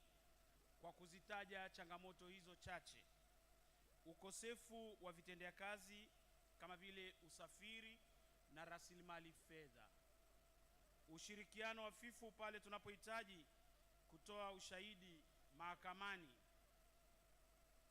ukinzani wa kisheria baina ya sheria ya mtoto ya mwaka 2009 na sheria ya ndoa ya mwaka 1971.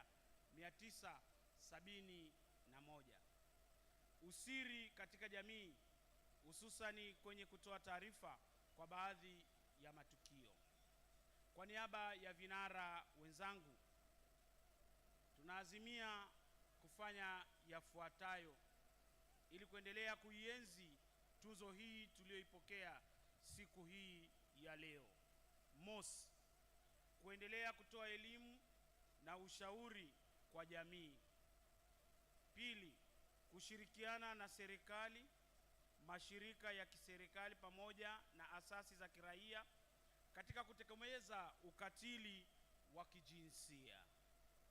Tatu, kuleta mwamko kwa wanajamii husika kuwa wepesi wa kutoa taarifa za matukio bila uoga, hususani katika tamaduni zenye kutwezwa utu wa mtu, mfano ukeketaji.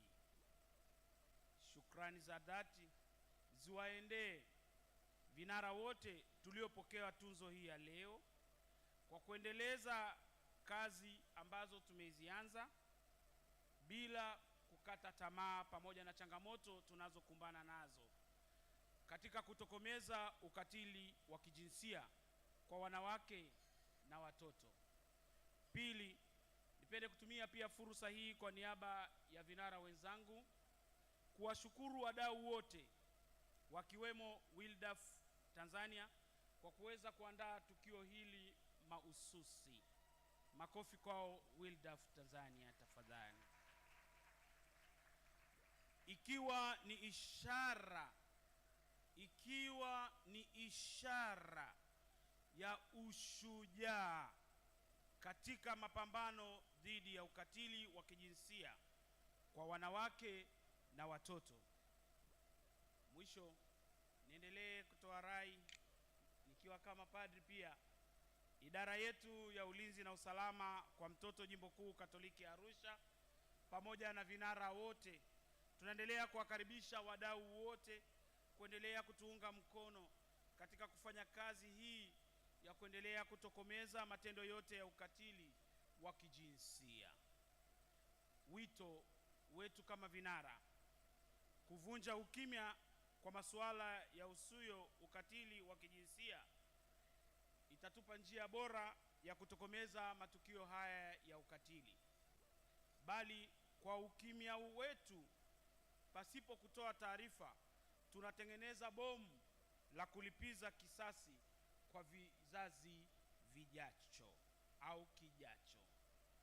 Kauli mbiu yetu kwa mwaka huu kama inavyotualika, wekeza kuzuia ukatili wa kijinsia. Asanteni sana kwa kunisikiliza. Mungu awabariki. Mungu ibariki Tanzania. Tuendelee kupambana na vita hivi dhidi ya ukatili. Asanteni. Everything you put your hand go up. Your name go open doors. You self go be a boss. Amen. Amen. Everything you put your hand. Asante kwa makofi mazuri, kwa kweli ni uwakilishi mzuri sana wa vinara wetu. Nilimwomba pia akibariki chakula si ndio Amen. All right, very well. Kwa ufupi. Kwa jina la Baba na la Mwana na la Roho Mtakatifu. Mwenyezi Mungu Baba wa rehema, tunakushukuru kwa zawadi unazotujalia mbalimbali za uhai. Tunakuomba ubariki vyote vilivyoandaliwa tunapoenda kuvitumia, tupate afya ya rohoni na mwilini. Tunaomba haya yote kwa njia ya Kristo Bwana wetu. Kwa jina la Baba na la Mwana na la Roho Mtakatifu. Bon appétit. Muwe na mlo mwema. All right. Just before we go there, the final word tonight, ladies and gentlemen. Neno la mwisho usiku wa leo, tafadhali.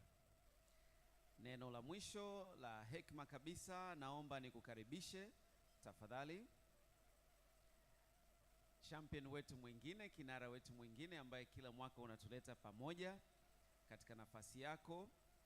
Naomba tumpigie makofi mengi sana Bi Advocate Anna Kulaya wa Wildaf na GBV Mkuki Coalition Coordinator.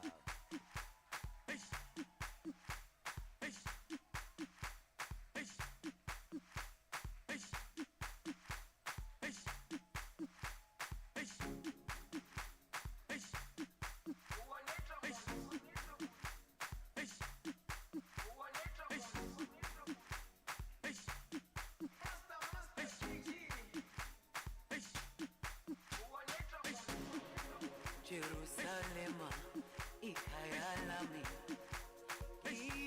ilondoloze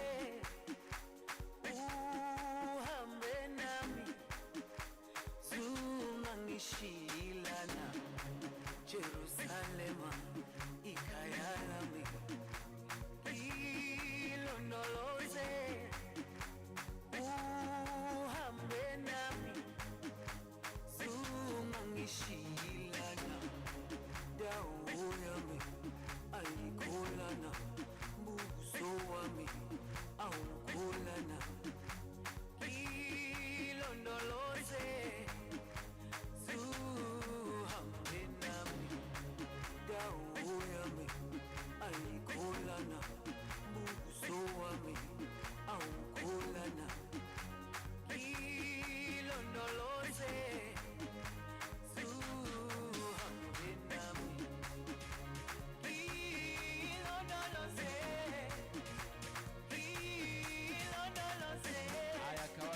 kawatoroka kwaherini. Si tuna dance baadaye, si ndio? All right. Karibu sana.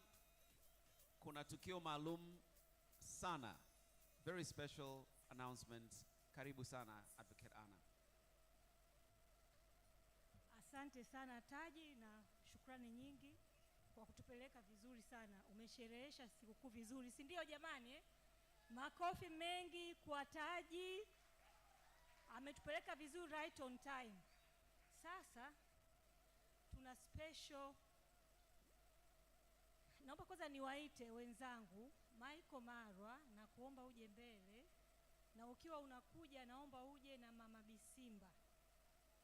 Naomba mje huku mbele. Wakati wanakuja, naomba pia nitumie fursa hii kutoa shukrani. Shukrani sana kwa wote ambao mwaka huu wameweza kuwekeza kwa ajili ya kuzuia ukatili wa kijinsia. Kauli mbiu inasema wekeza kuzuia ukatili wa kijinsia, na nadhani tumeona video zetu, kila watu wametoa commitment ya kuwekeza kuzuia ukatili wa kijinsia. Kuwekeza huku kusiishie kipindi hiki cha 16 days tu. Kuwekeza huku kuendelee siku 365 kama ambavyo tumeona jumbe nyingi zikiwepo, na wengi tumekuwa tukifanya hizi kazi. Sasa katika harakati na katika kufanya kazi hizi za kutetea wanawake, wasichana na watoto, tunafanya kazi na watu wa aina mbalimbali. Napenda pia kutumia fursa hii tena, nilisema pale mwanzo, kuwashukuru sana wadau wetu wote wakubwa waliosababisha mwaka huu tukaweza kufanya 16 days. Napenda nishukuru sana Barrick Gold. Barrick Gold is a new partner, lakini thank you so much. Tumeanza naye kuanzia mwanzo na tunaenda naye mpaka siku ya tarehe 10 tunaenda kufunga kampeni hii ya 16 days. Tunaenda kuifunga Mara. Kwa nini tumechagua Mara? Kwa sababu Mara bado ni mkoa unaoongoza kwenye masuala ya ukatili wa kijinsia. Kwa hiyo tunaenda kufunga kampeni Mara, na tutaifunga kwa hosti mkubwa anayekuwepo kule ni Barrick Gold. Kwa hiyo tunamshukuru sana, lakini nawashukuru sana dada yangu Mary, thank you so much for your support. Lydia, thank you my brother. Dr. Catherine, Elki, on behalf ya Hodan, Lina, you are an angel, you are amazing. Thank you so much. Na wengine wote tunawashukuru sana wote. Voice pia wametufanyia kazi kubwa sana mwaka huu kwenye campaign, na washukuru sana. Lakini pia na wadau wengine wote. Kipekee kabisa Mkuki mmefanya kazi kubwa sana mwaka huu. Hongereni sana, na tuendelee hatulali, hatupoi, si ndio jamani eh? Kipekee kabisa tumekuwa tukifanya kazi na mwenzetu anaitwa Anna Holstrom. Anna Holstrom, nitasoma kidogo taarifa yake alafu nitamkaribisha Adam wa Michael aje aizungumze. Lakini Anna, who is about to embark on a new adventure in Zambia as a UNFPA deputy country representative. In the time that Anna has been here in Tanzania, she has been at the forefront of change and worked very closely with Mkuki, community leaders, and other development partners. It was almost, she was attached to them on the hip. Thanks to her unwavering spirit, she was able to work under any circumstance and situation here in Tanzania, and in her time here, she managed to deeply embed herself into our culture and society norms, and therefore has lived with us, worked with us, and has been instrumental champion in fighting against FGM, early child marriages, domestic violence, and all other forms of GBV. Even though she is going to Zambia, we would like to wish you all the best in your work and in your health. And we know the cause of what is taking you to Zambia isn't so different from the work you have done here with us. It comes as no surprise that we would like to say thank you for coming into our lives, for continuing to fight for what's right, and through your impeccable character, inspiring change and growth in others. Let the song in your soul continue to sing, and we hope that your unwavering spirit, cunning, and generosity continue to touch the lives of others and carry you through this wonderful new journey you are about to embark on. From the bottom of our hearts, thank you so much for being here and for never giving us all these endeavors. We wish you all the best, and even though you'll be in another country, the difference you have made will always be felt. Thank you so much, Anna. Now, allow me to welcome Michael to read the bio of Anna, and then our Queen Mother, Helen Kijobi Simba, will deliver our award to Anna. Anna actually has been even instrumental in the brainchild of this champion award. When we started the thinking of how can we recognize the efforts of ordinary citizens, Anna was there in the beginning. So thank you so much, Anna. We will miss you. Asante. Karibu, Michael. Tumpigie Anna Kulaya makofi kwa maneno mazuri. Asante. Habari za jioni mabibi na mabana. Mimi naitwa Michael Marwa, nafanya kazi na shirika linaitwa Michael Marwa, nafanya kazi na shirika linaitwa Sisema. Nitasoma kwa Kiingereza kwa sababu Anna amezungumza pia kwa Kiingereza, lakini pia mshereheshaji alituambia leo itakiwa kuwa siku ya hotuba, ila mtatuvumilia kidogo tu ili nimuelezee huyu mwenzetu ambao tunamleta. Nitasoma kwa Kiingereza. The guest of honor, esteemed guests and ladies and gentlemen, all protocols observed, a very good evening to you all. Wekeza, naomba wote tuseme kauli mbiu yetu, wekeza. Come on, we can do better. Wekeza. Asante sana. Today is a special day to all of us, and congratulations to all anti-GBV champions and all of us for the good work we are doing to end GBV in Tanzania. As we celebrate our anti-GBV champions this year, allow me, on behalf of most of you in the room, to say a few words about a great colleague of ours in this space and seated amongst ourselves. In her current role as the Global Child Rights Advisor for FELM, and FELM is an agency of the Evangelical Lutheran Church of Finland, and is amongst the largest Finnish civil society organizations in global development, collaborating with approximately 100 partners across 24 countries. The person I'm speaking about has played a pivotal role in overseeing child rights programming and establishing safeguarding structures for the organization's initiatives, particularly among faith actors in 24 countries, with a strong focus on Eastern and Southern Africa. Her responsibilities have extended to leading strategic network building and advocating for girls' rights, ensuring the representation of interfaith actors' voices at the Human Rights Council and at the national level. Prior to her current position, she dedicated more than a decade to gender-based violence prevention and response, including addressing issues such as child marriage and female genital mutilation in Tanzania and the African region with UNFPA, as well as with UNESCO and UN Women. She has collaborated closely with entities such as the Tanzania Police Force, the Ministry of Health, and the Ministry of Community Development, Gender, Women, and Special Groups, and countless wonderful NGOs, especially in Tanzania, and specifically CSOs in Mara region, including the one that I'm representing. Her work in ending GBV, FGM, and child marriage in Tanzania has an unmatched innovation strategies in supporting interventions, implemented activities. She is leaving behind a wealth of innovation in the sector. She is a convener just like a clever dog does. She leaves a trail behind, and she will always come back through the trail to where she had positively impacted lives, just like what she's doing now, going back to UNFPA, where she once was.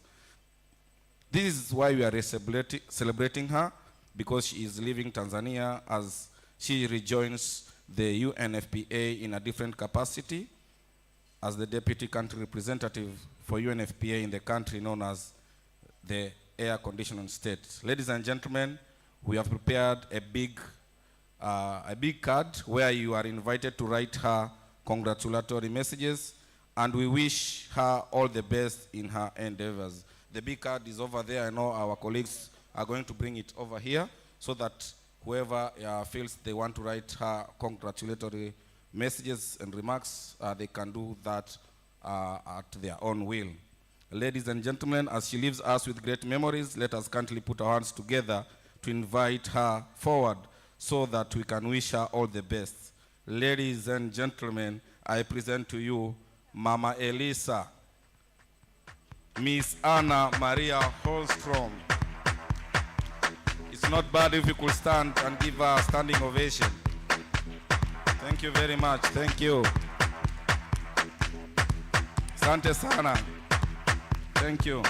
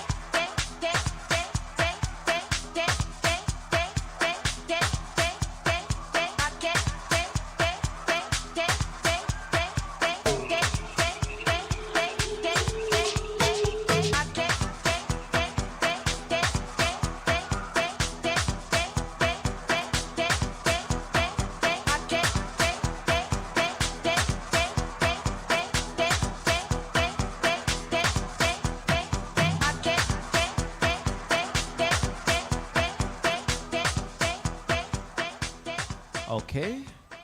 Kwa hiyo hongera sana. Sasa kaka yangu umemwelezea kwa Kiingereza wakati yeye mwenyewe angeweza kuzungumza Kiswahili kizuri sana. Na mkumpa nafasi hata ya kusema asante. Sijui nimrudishe kwa sekunde chache. I think it's fitting, si ndio? Aya, naomba usimame tena basi tafadhali kinara wetu. Naomba tukukaribishe useme neno lolote kwa Kiswahili. Unaenda zako Zambia, Kiswahili unakiacha hapa, naomba ukawafundishe Kiswahili. Kule utajifunza Kibemba na Kinyanja. Makofi mabibi na bwana, neno la shukrani. Asanteni sana mabibi na mabwana wakubwa, shikamoni. yangu ni kuwasema asanteni sana, kuanzia pale wazee wa mila, Elias, Valerian, ya Masanga, lakini sana nataka kusema asanteni sana kwa Tanzania Police Force kwa miaka 15 kufanya kazi pamoja kwa kuimarisha dawati ya jinsia na watoto. Lakini nataka kusema kitu moja. Kuanzia 1998 tumepata sheria kwa pinga ukeketaji. Na sasa tumeona FGM has reduced from 18% to 8%. There are police zones in Tanzania like Tarime Rorya where 38 cases were sentenced in just one police zone. And that data is better than any other country in the world. We have had the best reductions in FGM. It goes to show the power of a legislation. Without a law, it's very difficult to end harmful practices. And we are missing one very important tool hapa Tanzania. And I'm hoping that the new year will bring a change to that missing law on child marriage. Asanteni sana.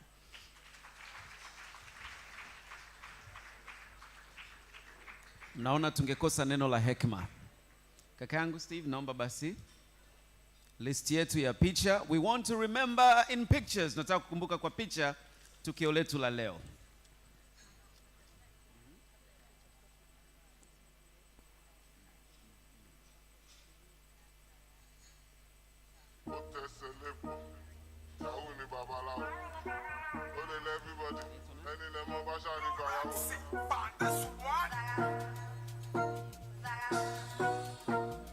Ndugu Kato kutoka polisi jamii kata ya Darajani, ni Afande Kato, yupo miongoni mwetu.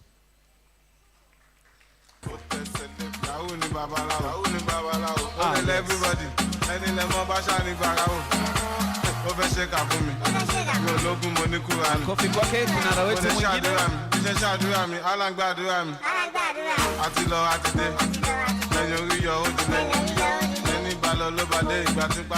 Karibu sana, tunakupa heshima hii Afande.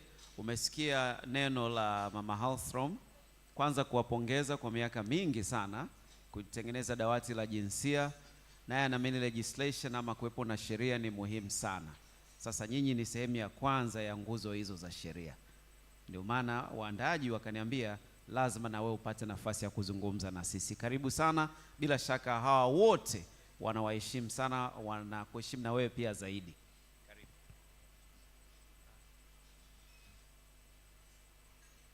Habari za jioni, mabibi na mabwana, itifaki imezingatiwa. Awali yote nipende kumshukuru Mwenyezi Mungu mwingi wa rehema kwa kuweza kutukutanisha siku ya leo. Kubwa zaidi kwamba ni washukuru pia Wildaf, wao kwa maono yao, kwa utashi wao pia waliweza kualika wengi miongoni mwa polisi, lakini wakanichagua mimi siku ya leo niungane nanyi. Lakini kipekee niwapongeze mabingwa ama mashujaa wetu ambao wameweza kupata tuzo siku ya leo, na isiishie leo. Leo iwe ni ukurasa mpya kwamba ndo tumeanza mapambano haya na vita hii. Vita hii ni vita yetu sote. Mapambano haya ni mapambano yetu sote. Si ya mtu mmoja, sio ya taasisi wala sio ya watu fulani. Sisi sote tunatakiwa tupambane, tukatae, tupinge ukatili kwa namna yoyote ile.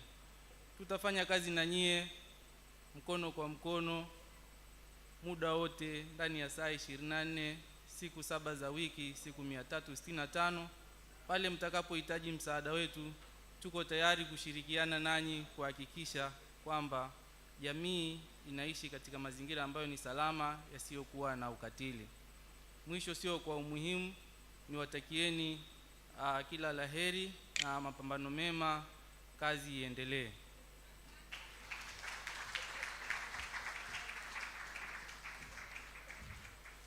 Hakika kazi itaendelea. Picture time. Champions, vinara wetu, simama juu tafadhali. Naomba mje jukwani mjiunge na mimi ni wapange hapa kwa ajili ya picha. Njoo na tuzo yako tafadhali.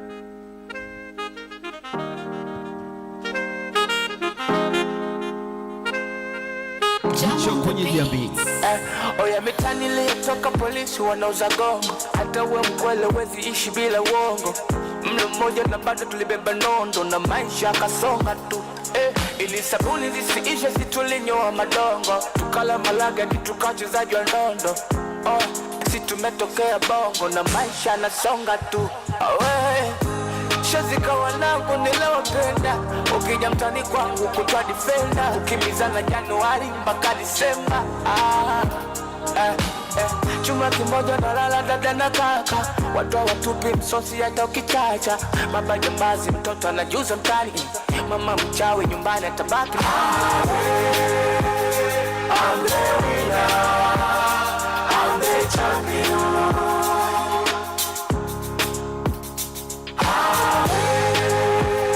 I'm the winner, I'm the champion. Tumeshinda watu wanaoamini kwenye mpango wa Mungu kuna mkono wa mtu. Tumeshinda watu wanaoamini siku kundo siku ya kuchinja kuku. Hoya we. Tumeshinda watu wanaotembea na umeme lakini bado nyumbani walikosa luku. Tukashinda watu wanaoamini kwamba bahati zote alipangia Mungu. Makofi kwa vinara wetu. Hapo mwanzoni wale mini hatutopata mafanikio, walotufagilia wakauza mafagio. Mtani kwetu sio mtu aliyetoboa sana alitoboa sikio. Chuma kimoja na lala dada na kaka, watu watupi msosi hata ukichacha. Baba jambazi mtoto anajuza mtani, mama mchawi nyumbani atabaki. I'm the winner, I'm the champion. Asante, taratibu niite kundi la pili. Aya, champions bakini hivyo. Champions mpo kwenye kila picha. Na waongeza tu presenters, yani wale wote waliowasomea maelezo yenu ya heshima. So all those who presented, please come and join vinara wetu. Sasa wale ambao mko mstari wa nyuma, chukueni hatua moja chini zaidi.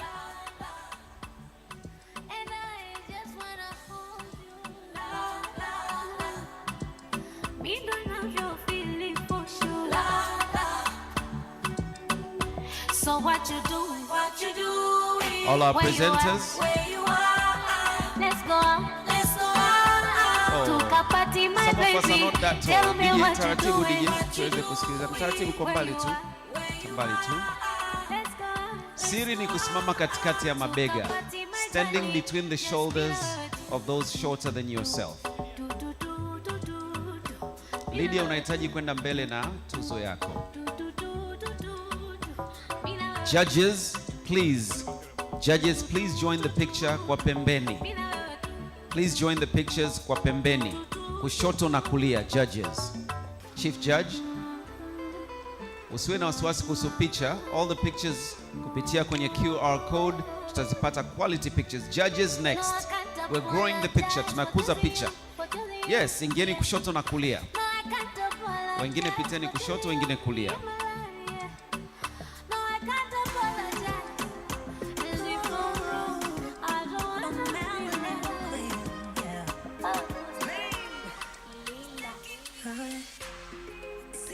Secretariat, mpo angapi? No, everyone remains. We're growing the picture. Secretariat, from the Secretariat, please join the picture left and right. We're going to have a big family picture. Wana Secretariat, please. Kushoto na kulia. Left and right. Ukiwa ni mfupi kidogo, simama safu ya champions wa mbele, vinara wa mbele.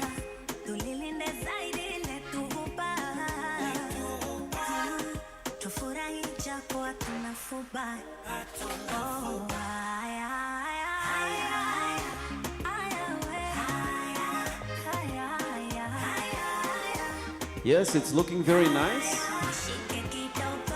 Wakurugenzi, can I get you in the picture? Wakurugenzi, hey, ana huyo anakuja. Please remain in the picture. Wakurugenzi. Chini ya hawa ni Mkuki. Yes. Wakurugenzi, hebu tumpandishe juu kabisa. Anna, she's visible?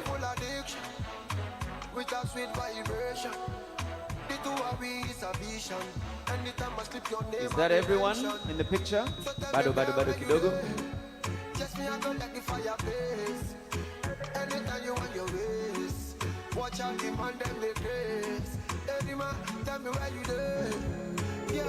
Okay. Sasa naleta viti sasa. Msiondoke, please don't leave.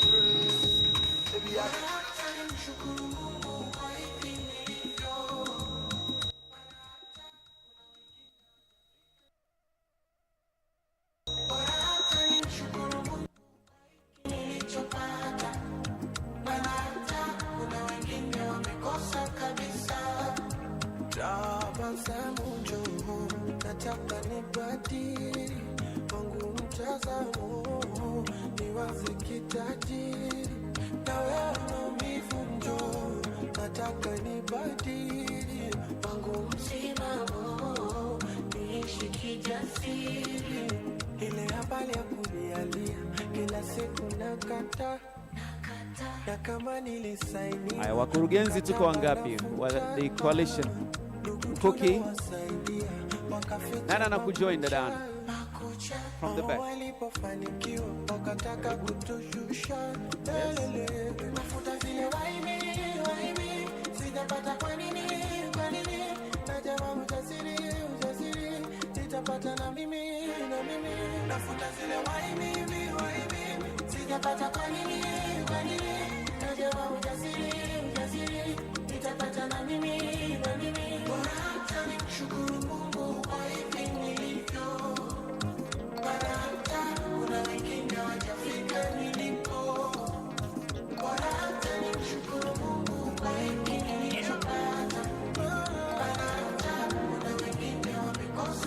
Ngoja kupiga picha.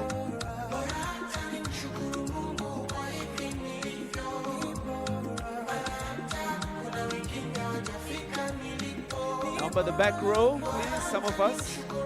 We're a little bit shorter. Tuje mbele.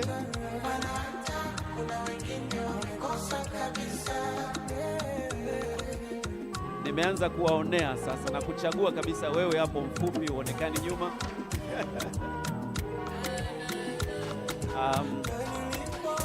Madam Hallstrom, please come and sit on this one.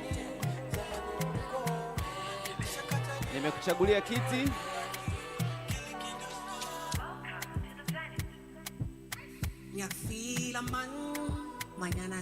Karibu kai. Na Tuzo.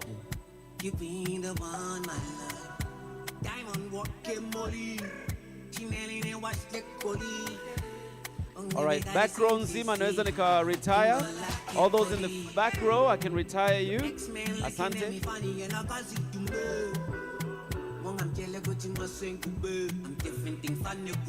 All right, our back row, you can retire. Everyone at the very back.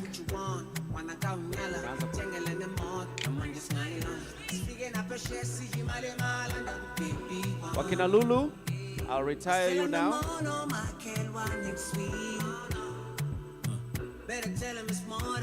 Haya, majaji naomba niwaondoe. Tunaendelea kwa just. Champions mna just. All our judges. Secretariat, tunatoka.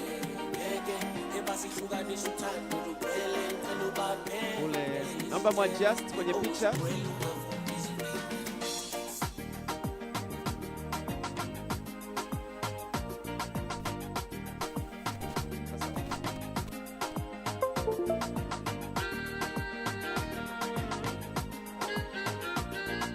Okay, coalition yetu Mkuki, naomba niwatoe na nyinyi. Tuone viti vitabaki vingapi. I'm Hallstrom, don't leave the picture. You have a trophy. Our sponsors, please. Wadhamini wetu tafadhali, all our sponsors. From Barrick, Denmark, UN Women, from the Belgium, LSF, come back, UNFPA.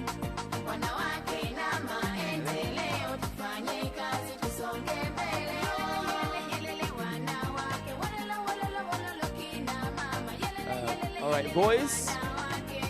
Denmark.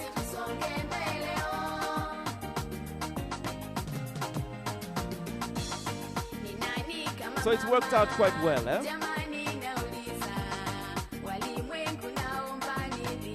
Naomba wote tuseme siku 16 za wanaharakati. There's a smile somewhere katika yote hiyo, na sisi ukumbini tunawapigia makofi mengi sana. Please, naomba muendelee kupiga picha jukwani. Tuna banners all around the room pamoja na nje pia vile vile. Endeleeni kufurahia shughuli yetu, na tutakuwa na utaratibu maalum wa kuwapeleka kwenye chakula. Kwa hiyo tuendelee kukutana na vinara wetu, tuendelee kunetwork. Hongereni sana na karibuni sana. Tangu enzi za mababu yaeleweka wazi, mama ndiye mlezi mkuu wa jamii. Amka mwanamke, zinduka usingizini, fanya kazi usipende. Haya DJ, wakina mama walikuwa na hamu ya kudance hapa, na kina baba nao wajumuike nao. Sasa tunafanya nini? Tunapiga wimbo huo, afu tunachanganya kidogo na haya, twende kazi. Oh, let them take a picture. Everybody is free right now. Na tutawaelekeza utaratibu wa kuelekea kwenye chakula. Please remain at your seats.